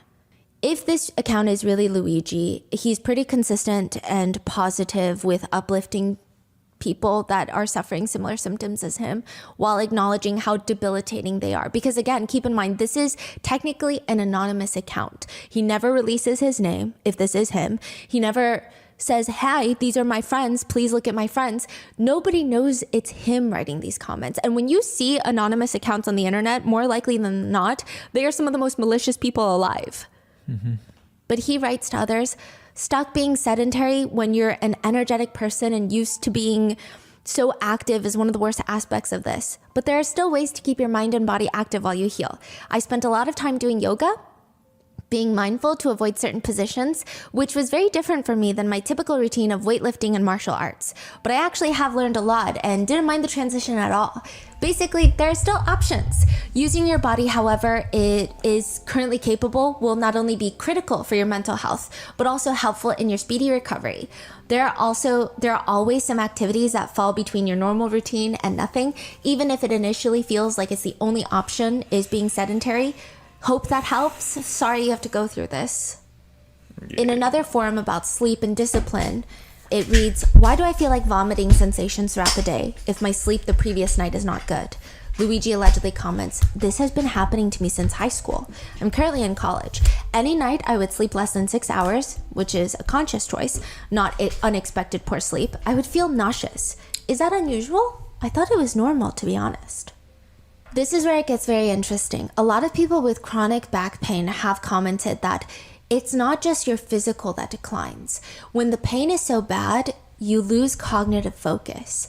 It's not like you can lay in bed and still have a whole wonderful world in your mind, or be able to be on the internet and be a part of society in some way. He comments on a post about brain fog, and he writes, "Significant cognitive decline. Any thoughts?" That's what the original poster writes. Luigi allegedly responds, "I have been experiencing symptoms of brain fog since I was 15. I'm also a very critical, logical thinker like yourself. My symptoms were very minor at first and I was able to excel in high school, but the symptoms worsened exponentially last year after my fraternity's very tame Hell Week. I simply wasn't able to recover from a week of disturbed sleep. It's absolutely brutal to have such a life-halting issue, especially since the issue itself wears down the critical and logical thinking mind you'd usually use to tackle the problem. The people around you probably won't understand your symptoms. They certainly didn't for me. As each test came back negative, the doctors won't have a clue what's going on. I'm sure you already know most of this, but basically, I just want to say that you're not alone. Stay strong. If you ever want to talk, I'm sure there's a lot we can learn from each other's stories."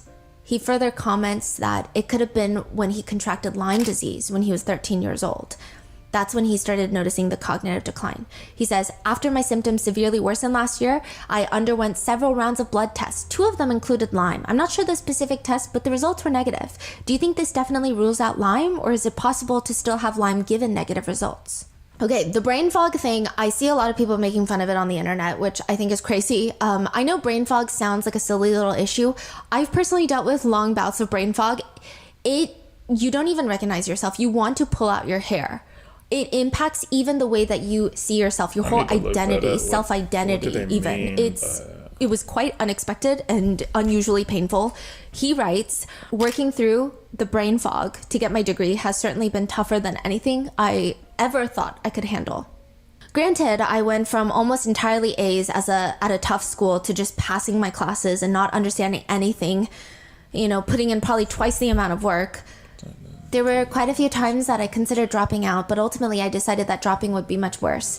The days when I don't have any work seems to be the worst. Struggling to understand lectures and homework is difficult, but having the same level of difficulty when trying to watch YouTube or read an interesting book is even worse. I can't..." Ooh, okay, so it's a symptom of cognitive decline, which happens as we age, but it can also be due to cognitive impairment, which is usually the result of illness or injury.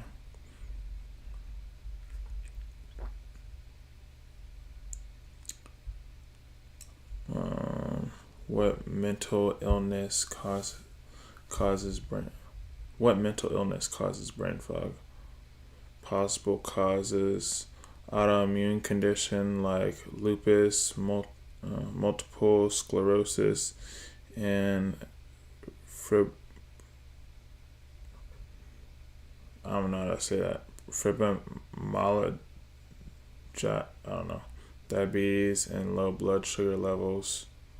Mental health conditions like anxiety or depression. Neurodivergent conditions like ADHD and autism spectrum disorder. There's a lot.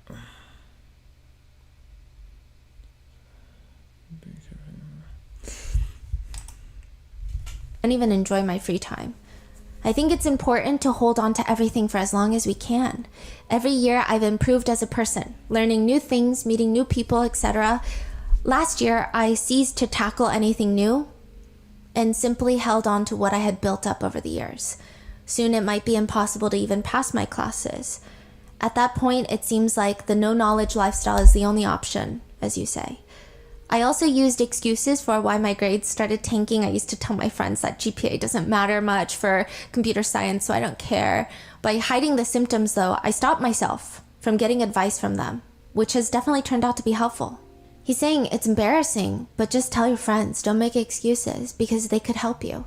He says, at the same time, hiding your symptoms only makes it harder for people to believe you once you finally reveal it to them. Last year was when it all started. I used to play chess daily against my roommate. I used it as a metric to see how the brain fog was improving. Eventually, I just stopped, since I could never, ever remember any strategy. He would use the same moves against me day after day, and I just wouldn't remember them. So is this like a separate medical issue that he's having, or is it related to his spine? According to his alleged Reddit account, it could be from Lyme disease. Netizens have argued both. Those with Lyme say, yeah, that sounds exactly what I'm going through. But also people with chronic back pain say, this is exactly what I'm going through. And the fact that he could potentially have both could have made it exponentially worse. And then there's also, at the same time, no help. Or at least it seems like he wasn't even satisfied, or something probably went wrong with the surgery, right? Yeah. When he say long story, it's not a good story. No. In another Reddit thread, he admits to having visual snow, which is a neurological condition that a person experiences persistent visual disturbances. It's like seeing static over everything, just That's tiny flickering crazy. dots everywhere. It feels like you're stuck in a snow globe, visual snow. It's considered a pretty rare condition, but one netizen says, the brain fog and visual snow can be symptoms of the back condition he has. The pain can be so unimaginable that it leads to that. This boy going through it. I talked about this in the past. Fact that you can use at your trivia night next time. Did you know that small businesses employ half of the nation's workforce? I didn't know that. They're really the foundation and backbone of, I guess, like the whole economy.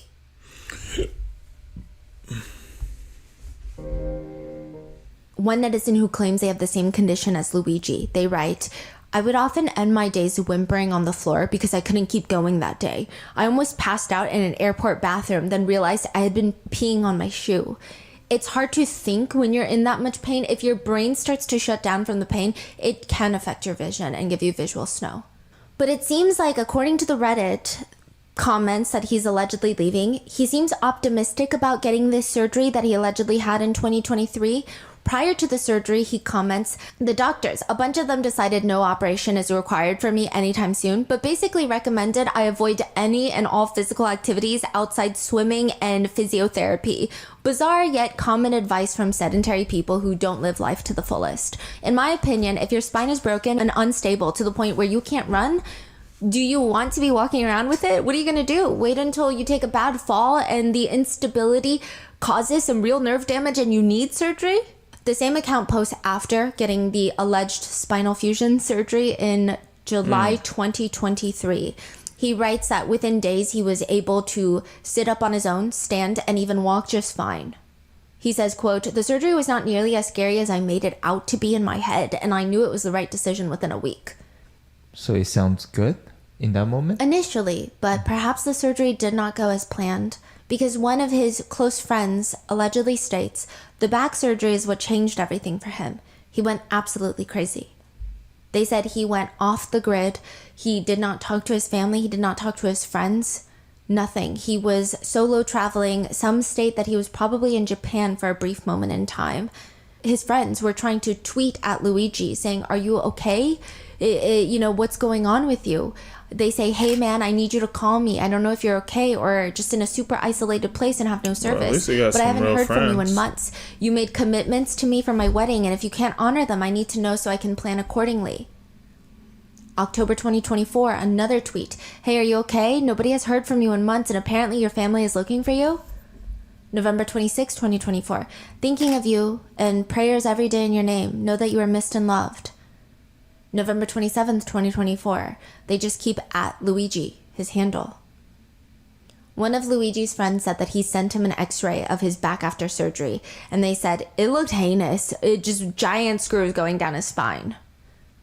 And this new information has caused a lot of netizens to relate to Luigi's story. I feel like everybody knows someone or they themselves have been directly impacted with the torture system that is the healthcare system in the United States these days. But some netizens don't care. They say, "This is not an excuse. I had the exact same surgery at 21. I am now 46 years old. I live my life in pain and I've had multiple surgeries since. And you know what I didn't do? Murder someone." To which one netizen responds, "Do you want a high five for that?" Right. Others point out that we're all on the same side. Did you not just read what you posted? They write, "Sounds to me like you've suffered needlessly and terribly at the hands of private insurance companies. I don't think you should be so self-congratulatory about not killing someone over it. Most people, of course, would not have the gall to throw their life away like that. But he did." Others comment, "Chronic pain can send..." And of course, it's not like a round of applause for him murdering somebody, but for the person to be like, I've just suffered. That's it. But at least I'm a good enough person not to murder somebody. I'm just like, okay. Someone off the deep end. It eats up the brain, the soul. I mean, really, I have been there. Another comments, "When chronic pain is really bad, even just a week or two with no relief day in, day out, it's hard to even want to be alive. If his pain was that bad and he was in this state, I would imagine he decided to do something of consequence before he died. He could have been at the end of his rope," insinuating that he could have made the decision to self-exit by this point. Another writes, "My dad has spondy, and when it first started, he turned into a person I barely recognized. The pain became so intense, he became bitter and threatening and upset. I get this." And remember how previously other netizens were saying, "Well, he's a coward for shooting Brian Thompson in the back." Mm-hmm. Some netizens point out that perhaps Luigi wasn't cowardly when he shot Brian Thompson in the back. Stop it. They write, "Maybe it meant something."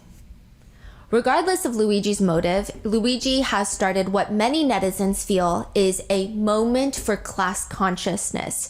I personally don't recall the last time so many netizens were united about something that is normally so divisive, right. Which brings into the equation, what are Luigi's political ideologies? There have been debates on whether or not Luigi swings left or right, which there seems to be differing opinions, or maybe he himself is confused. Or maybe he does consistently neutral. Repost on Twitter famous podcasters and authors who typically have a more right-leaning audience.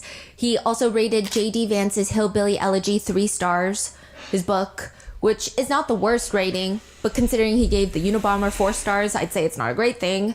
But he could be conservative and not a fan of the incoming administration. I don't really know. It's interesting that some netizens are trying so hard to figure out his political ideologies, right, and see if he is in alignment with their own before deciding how to feel. I did see some point out, just for, I guess, being in depth, pointing out that there are red flags that he's read and rated biographies on Elon Musk, but he's also read the Hunger Games trilogy. So people are really confused because these two don't align. You know, Elon Musk, Hunger Games, they're not on the same page. He's also read The Little Prince. Some netizens cannot understand his political ideology based off his Goodreads account, believing there to be some... Why can't he just be a free-thinking mind, a person of his own, and people not care about his political view? Like, it's not gonna make or break your own life. Green flags, some red flags. But one netizen comments, as an avid reader and librarian, I don't find his reading and ratings of some of these books as a red flag. I actually think it's really important to read things that are arguing oppositional views to your own. And some people are kind of losing the plot on this. One netizen comments that he rated Elon Musk's biography highly, so he is a red flag. Luigi is a red flag. To which someone responds, you can still appreciate something without agreeing with it. You can even give a book you disagree with high ratings if it gave you good insight into a new point of view or understanding that you, again, don't agree with. Right. Others continue to argue, agree, but rating Elon Musk... I think people that have friends that all agree on the same thing is a red flag. I feel like you have to have a diversity of friends, just a way of diversity of thinking, not having to agree with everything, but having an open mind to free thinking, but having, like, your own morals or standards as far as what you stand on, but allowing other ideas to build more conversation and creativity. I feel like people that are just too rigid in just one way of doing something is like tumultuous. That's a walking black flag. Musk's 5 stars is a real red flag. He's wacky. To which someone responds, it was a biography of Musk, not a book written by him. You can dislike a person and still appreciate an author for a good biography. But then others point out that Luigi is very much into AI, so perhaps he is an Elon Musk fan.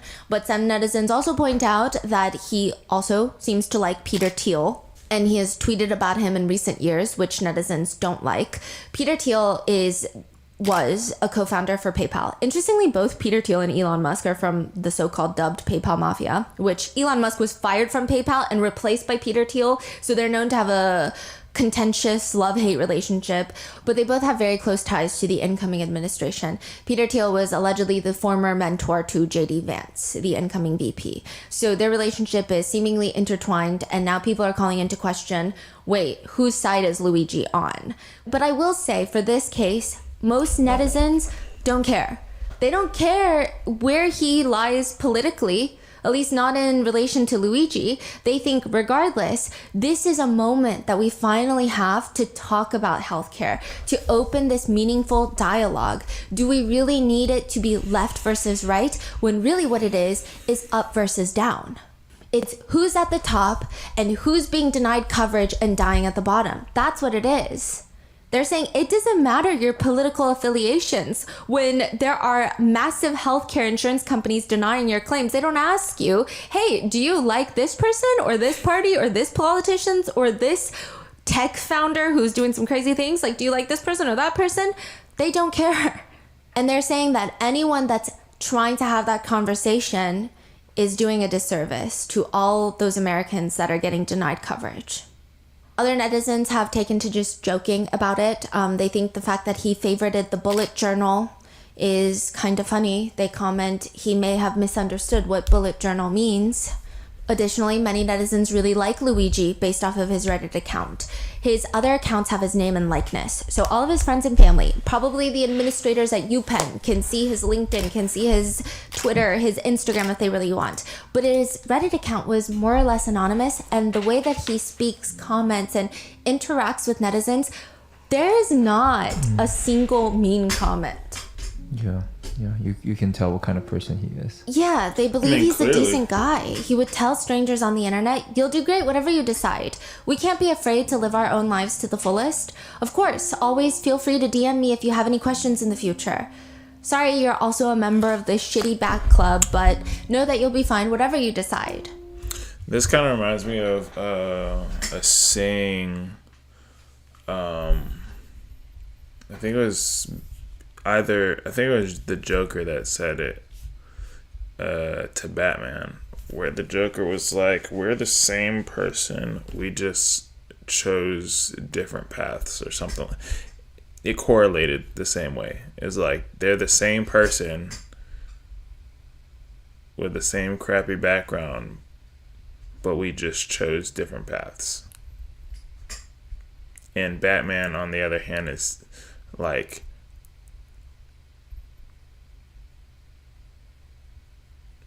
could technically have the same motives, but he just decides to be the good guy and fight for justice,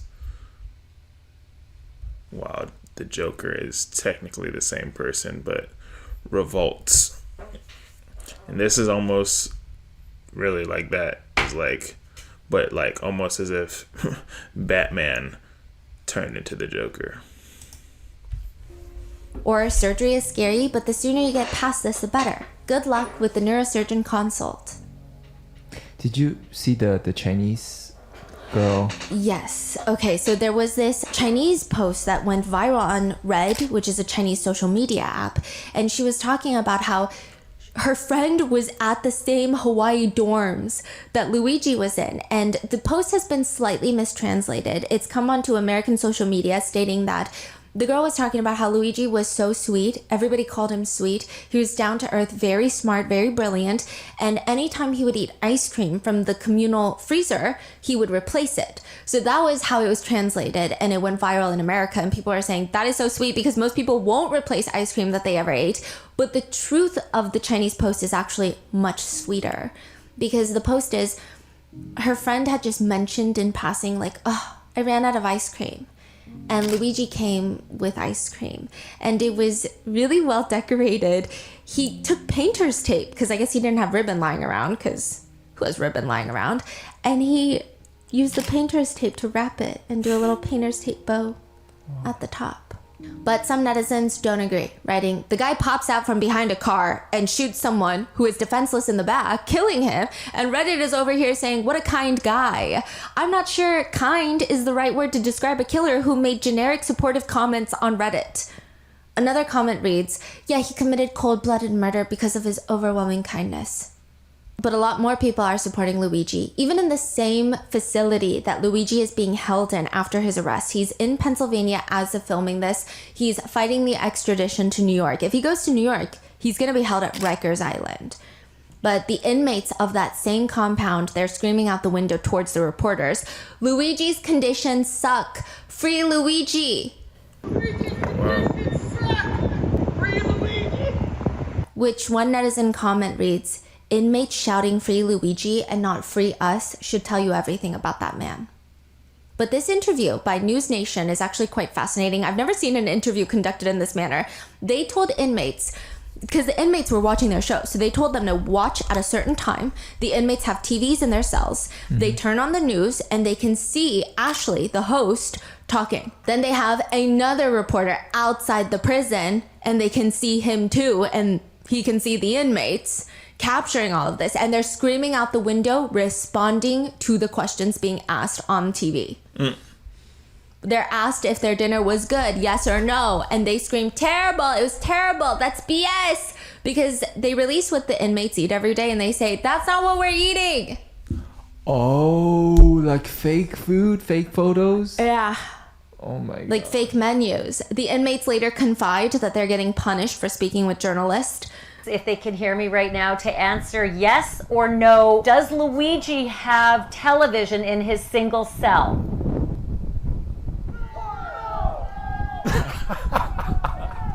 Yeah, this whole case is becoming more and more thick and crazy. So while inmates are allegedly getting punished for telling reporters to free Luigi, many security firms have stated that there's a lot of fear. Corporate leaders are now grappling with one critical question. How vulnerable are we? One security firm states companies that adapt quickly and take proactive steps to mitigate risks are not just protecting their executives, they're safeguarding their futures, such as Meta, that spends more than $24 million a year on security for its top executives.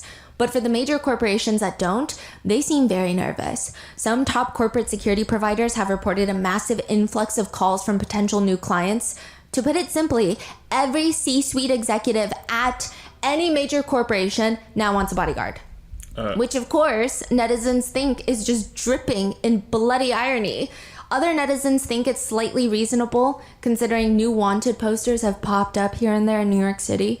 Wanted posters for top healthcare CEOs. It shows Optum Health CEO the CEO of United Health Group, Andrew Whitty, so Brian's bosses, and wanted posters with the now late Brian Thompson with a big red X over his face. The wanted posters read, "Wanted, denying medical care for corporate profit.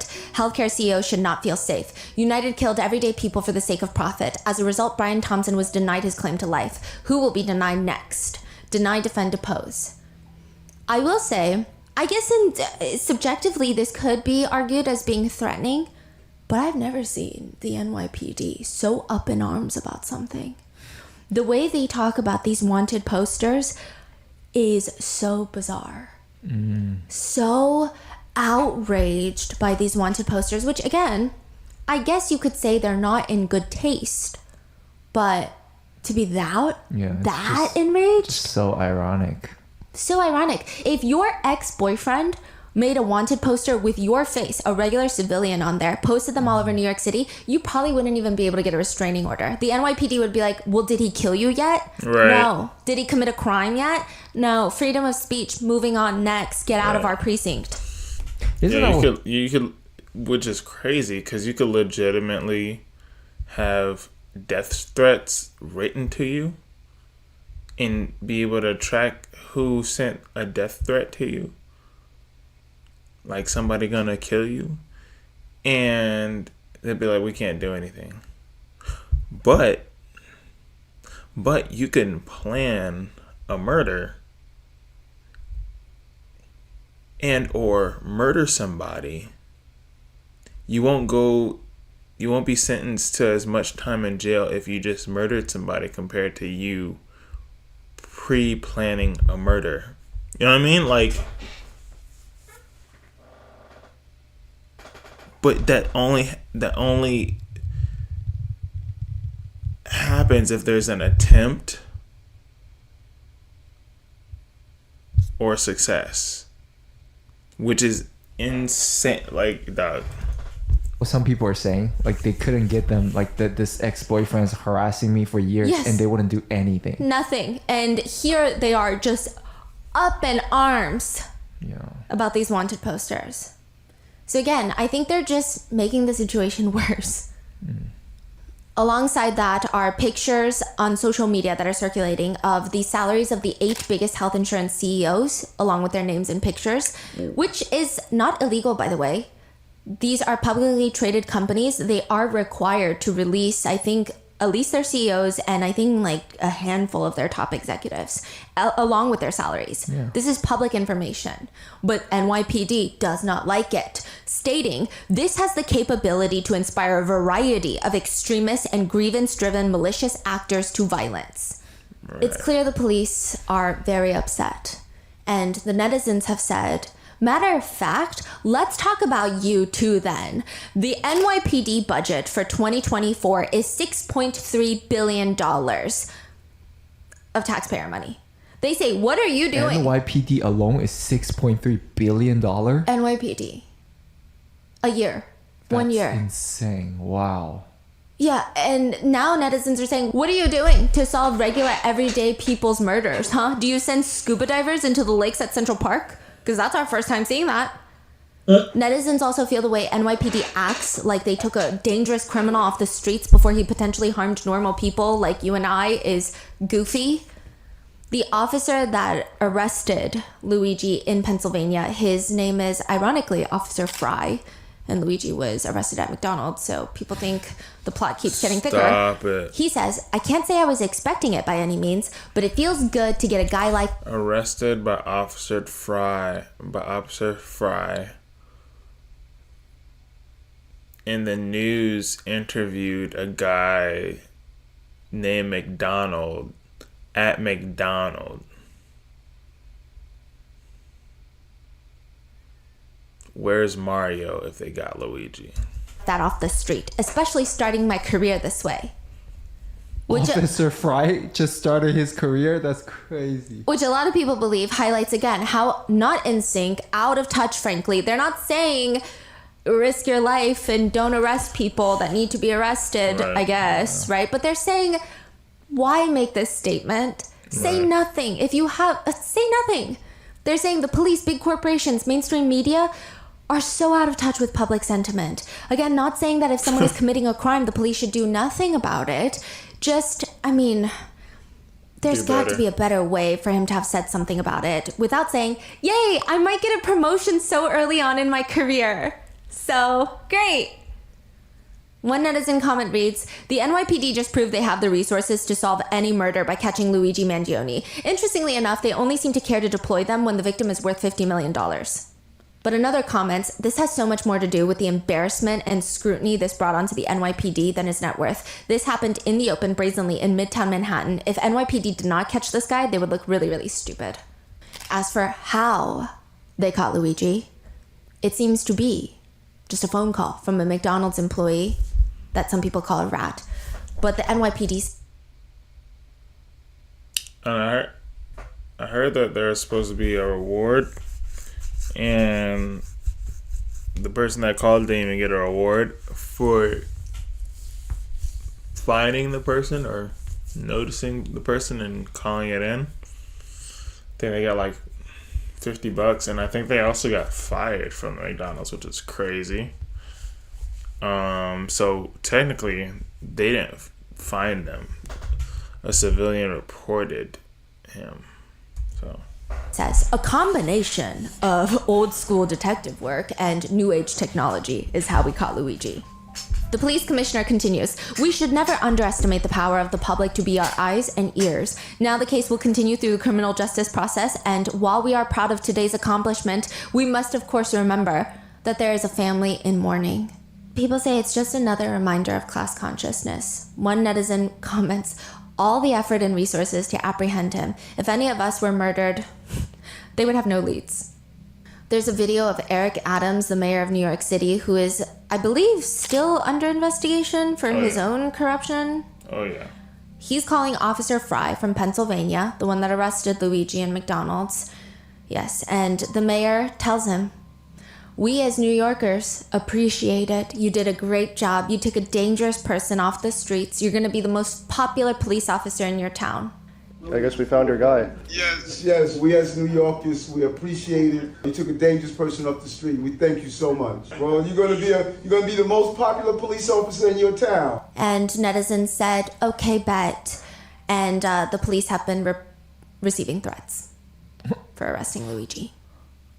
So I guess popular is subjective, right?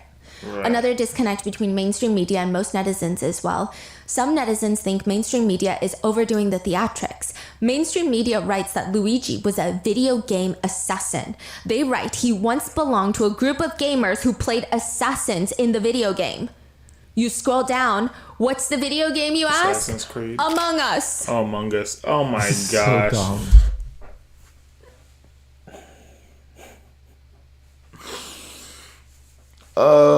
That's a fun game, by the way. Among Us is super fun. So dumb. Yeah, I don't even know what to say. The McDonald's in which he has been arrested in has been flooded with one-star reviews. Some of them read, McDonald's has a very big rat problem. More like Narc-Donald's, like a narc. Deny, defend, oppose, diarrhea McDonald's. Another comment reads, I should have realized something was wrong when the person who took my order at this McDonald's had weird-looking whiskers. I didn't think much of it because I was hungry, but when I asked for cheese, they got really excited and their ears perked up. They're all a bunch of rats. Review, Rat 1, Humanity 0. This McDonald's is officially the worst place on earth. I walked in for a McChicken and what did I get? A front row seat to a Rat Olympics floor routine. A little demon sprinted across the dining room like it had unpaid rent. Frickin' rat. Why go here when Taco Bell is just across the way and they know how to keep their mouths shut? It's just a Ronin convention in there. A lot of people are really upset because technically there is no legal duty to report someone. If you think you see someone that resembles the guy that the authorities are looking for, you have no legal duty to report them. I mean, to be fair, you can't hide them in your home and get away with it. But if you just see something, you don't have to report it. So they're wondering, why did the rat from McDonald's, they say rat from McDonald's, call and report Luigi? On top of that, they think it's because, the $60,000 reward? Well, guess what? The real news is they might not even get it. They might not even get it. Why? So they called 911 instead of the tip line. Mm-hmm. And usually the government goes through so many hula hoops to try and not give you the reward money. Mm-hmm. Oh, okay. Yeah, delay, deny, defend. Yeah, that's is exactly what the United States will do. Basically. Yeah. And it's like you have to wait until they're convicted. There's so many legal little hoops that you have to jump through. But one comment reads, if they get the money, whoever receives that money, I hope they use it for their health and still end up in debt due to denied claims. Damn. Then you have netizens posting pictures of Luigi and where he was the day of Brian Thompson's shooting. People have been photoshopping shirtless Luigi into their pictures, writing, "What a busy month it's been. Special thanks to Luigi for his help on December 4th from 6 a.m. to 6 p.m. What a long shift to never leave our site, not even once to even use the restroom. Customers really enjoyed your catchphrase, Luigi. I'll never go to New York City, and the only thing I hate more than hoods on jackets is guns." Very weird thing to say. Constantly, all day long to the customers, but also very funny. Put on a shirt, you goof. Yeah. Other netizens think this whole thing is crazy. Some netizens are still not over the fact that there was a lookalike contest in Washington Square Park for the shooter, writing, "Our generation is so unserious. But in a way, aren't we all him? Imagine he was actually there and didn't win." Others had very fascinating ideas, writing, "Oh my god, this is literally what I was LOLing about last night. What if all the New Yorkers just cosplayed him indefinitely? The CEOs would be having nervous breakdowns." Others say during his trial they will, "We listen and we don't judge." Others didn't care for his lookalikes. They just cared for Luigi's looks, which fair points are made by some netizens. Objective attractiveness is objective attractiveness, I guess, okay? They comment, "He is only guilty of being hot." Another one reads, "Your Honor, my client Luigi Mangione is innocent. He was just demonstrating the true power of having looks that could kill. The only thing criminal is his bone structure." Another comment reads, "Good luck finding 12 jurors that don't want to fuck him." Yeah. That's crazy. Others believe that Luigi could be on the stand testifying and they would just hear blah, blah, blah. "Whatever you say, handsome." Yeah. And another comment reads, "My only question is, does he have a GoFundMe?" Which there have been funds popping up here and there, but I will say I don't think Luigi will be using them. He does have 2 attorneys representing him already, and they are paid for. We don't know who's paying them, likely his family. I can't 100% verify this, but it appears he might have been streaming the song "Criminal" by Britney Spears prior to his arrest. Really? Which would be not fantastic, NYPD. Be deplorable, NYPD, if you are listening to this. We should actually have a whole press conference about it. Right. Other netizens point out things they find ironic or funny about this case, which nothing is funny about this case, NYPD. But they write, "I think Luigi Mangione rating the Unabomber's manifesto a 4 out of 5 on Goodreads is so funny to me. It's like, yeah, that was pretty good, but like I could do better." One slightly unhinged, but I guess understandable netizen writes, "Currently consulting with an Etsy witch to get you out of this. Be strong, Luigi." That's crazy. I just think it's so fascinating that, you know, this is the public reaction, right? It's so insightful. I think it says a lot. You know, it's a lot to be studied. It's crazy so much to be studied. And what is... It's crazy how this situation brings unity to the community. To be studied is the healthcare industry. So what's very fascinating and truly angering for a lot of people... Through United being the one... man. Is even with this debate, I will say the people making the memes and editing Luigi, it's definitely a smaller group of slightly more extreme, you know, people. I wouldn't even call them extreme, just funnier people, I guess, right? But the generic public is, I'm not going to be sad about it. I'm not going to be sad about Brian Thompson's murder. And we should have these conversations about healthcare. Now, mainstream media is just picking from these memes, posting them on their little TV channels and saying things like, you know, the system is broken. We can all agree on that. But murder is wrong. And they're so focused on the reaction of netizens that all they have to say about healthcare is the system is broken and we can all agree on that. Why don't you talk about how the system is broken? Right. Why don't you talk about anything else? Yeah. It's so goofy. No one believes you if you say stuff like that. Other netizens are just shocked and left rethinking their standing on this. They comment, okay, the CEO assassin is actually finer than I thought. Like, they could never make me hate him. So what now? Luigi has been charged with forgery, carrying a gun without a license, false identification to law enforcement authorities, and with tampering in Pennsylvania. Prosecutors have filed murder charges as well as other charges against him in Manhattan. He is fighting his extradition to New York City. Side note, there were a series of released mugshots of Luigi. One of them appears that he has urinated on himself. And some people were making fun of him, saying like, there's no way he's the CEO assassin when he peed himself when he got arrested. He's baby. But a lot of netizens who have dealt with chronic back pain and spondy and spinal fusion surgery, they say that for about 2 years, you cannot hold in your pee. And it's actually a really big part of chronic back pain that nobody talks about, because as an adult, you're expected to do certain things, and it really does break your own identity, and it is humiliating. When you feel like you have to pee, you can no longer hold it like any other adult. Wow. You have to use the restroom right now. You cannot hold your urine. And they believe that the police would not let him use the restroom, and he peed himself.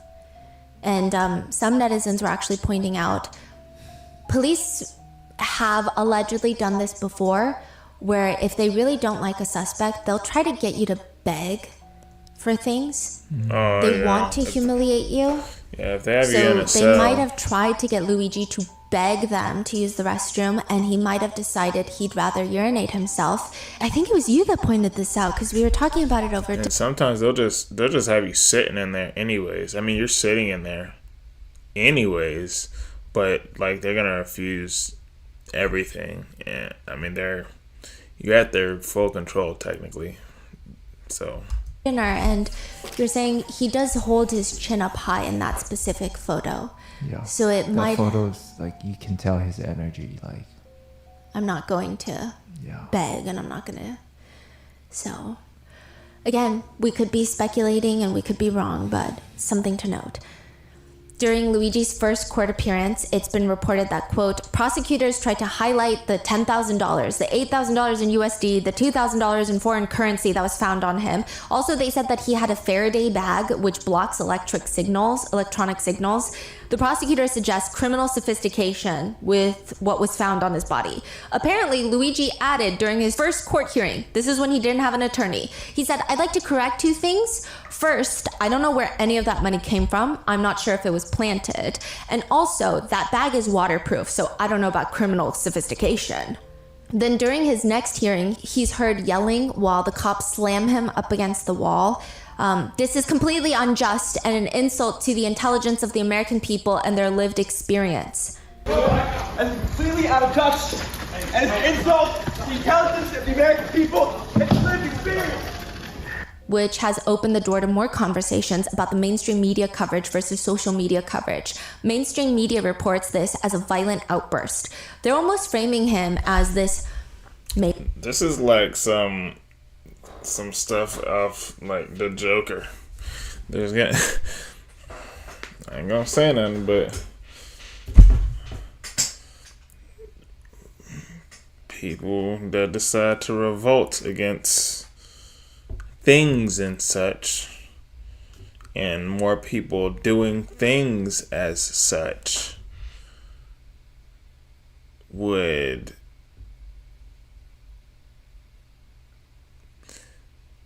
cause a lot of other people to possibly put on a huge show in the middle of the street that's called a riot.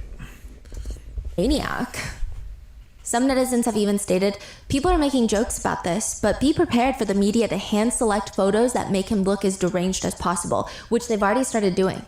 They have started using a screenshot of him screaming where it looks like he's almost snarling at people. Yeah. Mainstream media also has reported that, quote, thanks to the hero McDonald's worker, that a dangerous criminal is behind bars. Yeah, and they say this is the same mainstream media that believe McDonald's workers don't deserve a living wage. Suddenly they're heroes to them. Another mainstream media host actually wished Luigi to die in prison. He has been denied bond at his arraignment, and his family, Luigi's family, has made a statement saying, "Unfortunately, we cannot comment on news reports regarding Luigi Mangione. We only know what we have read in the media. Our family is shocked and devastated by Luigi's arrest. We offer our prayers to the family of Brian Thompson, and we ask people to pray for all involved. We are devastated by this news."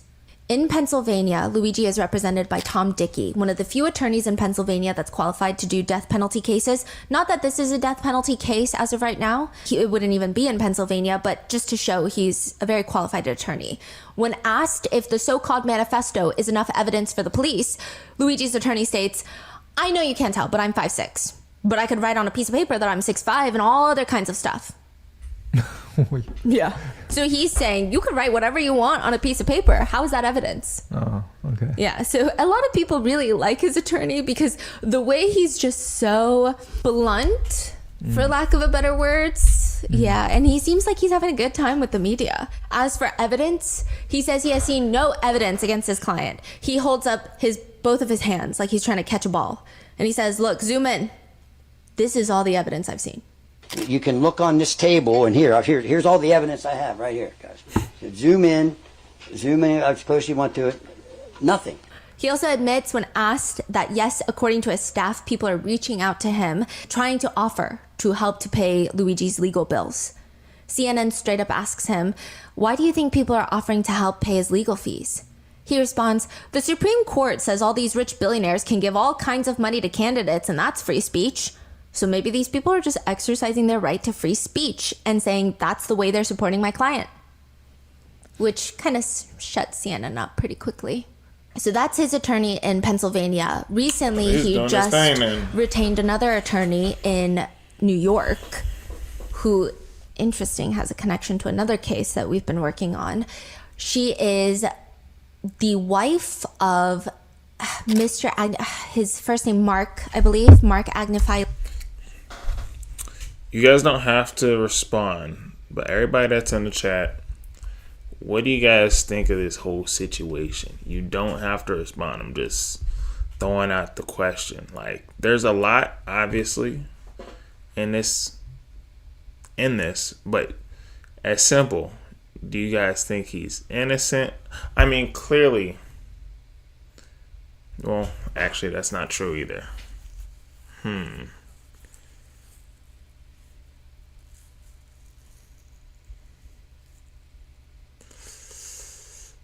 Because to say he's guilty, that means you have to have hard evidence that he is. I think that's still up in the air because there's no evidence.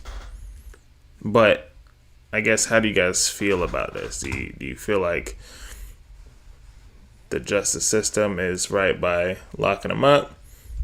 Do you think that they're not fair about him not having bond? Do you like his lawyer? His lawyer's pretty cool. Not gonna lie. Halo, he's representing Diddy. And she's going to be representing Luigi Mangione. She is actually very well him. "Why do you think people are offering to help pay his legal fees?" He responds, "The Supreme Court says all these rich billionaires can give all kinds of money to candidates, and that's free speech. So maybe these people are just exercising their right to free speech and saying that's the way they're supporting my client." Which kind of shuts CNN up pretty quickly. So that's his attorney in Pennsylvania. Recently, he just retained another attorney in New York who, interesting, has a connection to another case that we've been working on. She is the wife of his first name Mark, I believe, Mark Agnifilo. He's representing Diddy. That's great. And she's going to be representing Luigi Mangione. She is actually very well established. She's the legal counsel for the Law and Order show. She's the consultant to make sure that everything makes sense in the legal world. She's done a lot of good work, and she will be representing Luigi now. High profile attorney. Very well connected, which is usually helpful. Now, Luigi's friends have come out of the woodworks to talk about him. Obviously, many people are speaking about his back surgery and the potential debilitating chronic pain he suffered from. But some people, most of them, are just talking about how nice he is. I haven't seen a single weird thing about Luigi yet. And they're all just surprised. They say even when we had conversations about capitalism and all these things, Luigi never seemed like someone who had an axe to grind. He was always very calm and chill. He was the leader of a lot of clubs. To which someone comments, in the club, we're all crying for Luigi. But one netizen comments, it's truly a testament to his character that even after becoming a suspect to a high-profile murder case, everyone that he knows and has interacted with has nothing but good things to say about him. And the crazy thing is, if you watch these interviews of mainstream media interviewing his friends, they're trying to trip the friends up, like asking, like, are you sure he didn't say anything crazy? Are you sure he never acted a certain way? All of them are so steadfast, like, no, he was like the sweetest guy ever. And then within 3 minutes, they end the segment because I guess it's not entertaining. They're not getting what they want, which is someone to hate Luigi. So I will leave you with the last remaining public sentiments I could find. Some people think that Luigi is evil, especially now that he has been arrested, his Goodreads account has been revealed, and all of these other things. And they write, great big round of applause for the law enforcement personnel who resolved this so quickly. Anyone who elevates this man as a hero is ignorant. Imagine a world where supposed vigilantes are heroes. You would be the next victim. Most netizens comment, sorry, I don't make enough to be the next victim. Or simply, why would I be the next victim? I'm not killing people by denying them insurance that they paid for. Another netizen states, those hailing him as a hero must confront the chilling reality. He took the life of an unarmed human being in cold blood with the victim's back turned, a deliberate and cowardly act. Other netizens are more focused on the potential hypocrisy of the incident, writing, you hate capitalism, yet you come from a wealthy family? Another person comments, nobody cares. He wasn't trying to stop World War III. He pulled a trigger premeditated on a man for financial reasons. We shouldn't give him a platform. There is no rightful advocating for violence. Fuck him. Another writes, he is no hero and he is not God and he doesn't get to decide who gets to live. To which someone comments, neither can insurance companies. Heart. They comment back, and that's your justification for murder? What the fuck is wrong with you? What this man did was very sad, and he literally just ruined his whole life, okay? He could have used his privilege to help so many other people, but he was at the end of his rope. Or it's turned into a conversation about women loving criminals. Which, to be fair, I think there is a genuine case of it being alarming and hazardous to society. Extremely. More so when people believe that they can change full-blown sadistic serial killers or think that a criminal is less guilty because he has badly done face tattoos. Yes, I do think it's alarming. However, I don't know if this is the most fitting case for that sentiment. But a bunch of men have taken upon themselves to say things like, oh, women love saying, I hate men because they're dangerous, but I love Luigi Mangione. Writing, Luigi Mangione has showed us the dark nature of females once again. Which is such an odd take when there is meaningful conversations to be had, but go off, Tiny King. They also write, these people, they need years of therapy.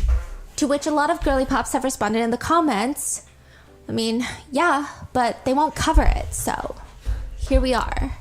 One Reddit post has been getting a lot of traction this week. The title is, I'm disgusted to see how many people in America are okay with murder. And the body reads, I'm sorry, but I will never be okay with the killing of 60,000 Americans per year due to being uninsured or underinsured and not seeking medical care because of it. I will never be okay with American citizens committing self-exit due to being unable to pay medical bills. I will never be okay with the insurance industry in the US denying health insurance to sick and injured people because they want to maximize profits. Murder is wrong, that is all. To which the top comment is, murder is wrong, but if done through a corporation on a massive scale using tons of paperwork, well then, it's just a business, isn't it? But the general sentiment being, none of this has anything to do with Luigi or Brian Thompson. They write, I will be praying for the families of those who were denied services and suffered financial disaster, and those who lost loved ones because of needed services being denied. It's not about how attractive Luigi Mangione is. It's not about how awful the murder of Brian Thompson is. This is the true discourse we should be having. To which one netizen hesitantly responds, unfortunately, I don't think this guy is going to survive prison. I'm sure the elites want this guy permanently done. Others are considering nicknames for Luigi Mangione. Robin Hood, the Riddler, the Claims Adjuster, but some argue the defendant, murderer, killer. I guess the more fitting nickname depends on who you ask. And that is the current ongoing case of Luigi Mangione and the murder of Brian Thompson, the CEO of United Healthcare, which again... So I feel like we're going to hear about this like 10 years from now, and he's still going to be in there. 15 years from now, still going to be in there. Yeah, this one's just not going to be one that just kind of gets swept under the rug. And Luigi is innocent until proven guilty, just like anybody else in the system. But what are your thoughts on this case? you could sit there. Let me know in the comments, and please stay safe. Yeah.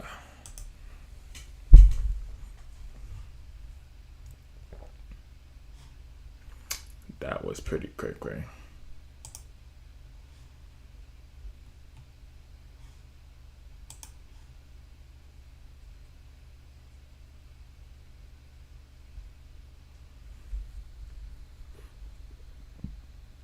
Oh man, I heard about this thing. The Abercrombie and Fitch guy.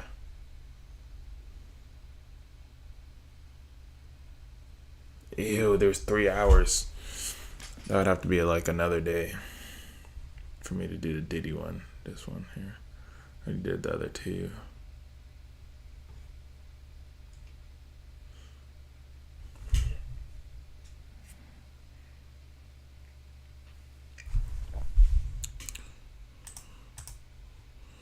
Alright. 'Tis my time for today. I appreciate everybody that stopped by, showed me love, and kept me company while live streaming. I will be back on very soon. Definitely within the week. And hopefully before Christmas. So if not, tomorrow's Monday? Probably Monday will be tomorrow will probably be the best because Christmas is literally this week. So Merry Christmas if I don't see you then. Appreciate everybody. Love everybody. See you guys soon.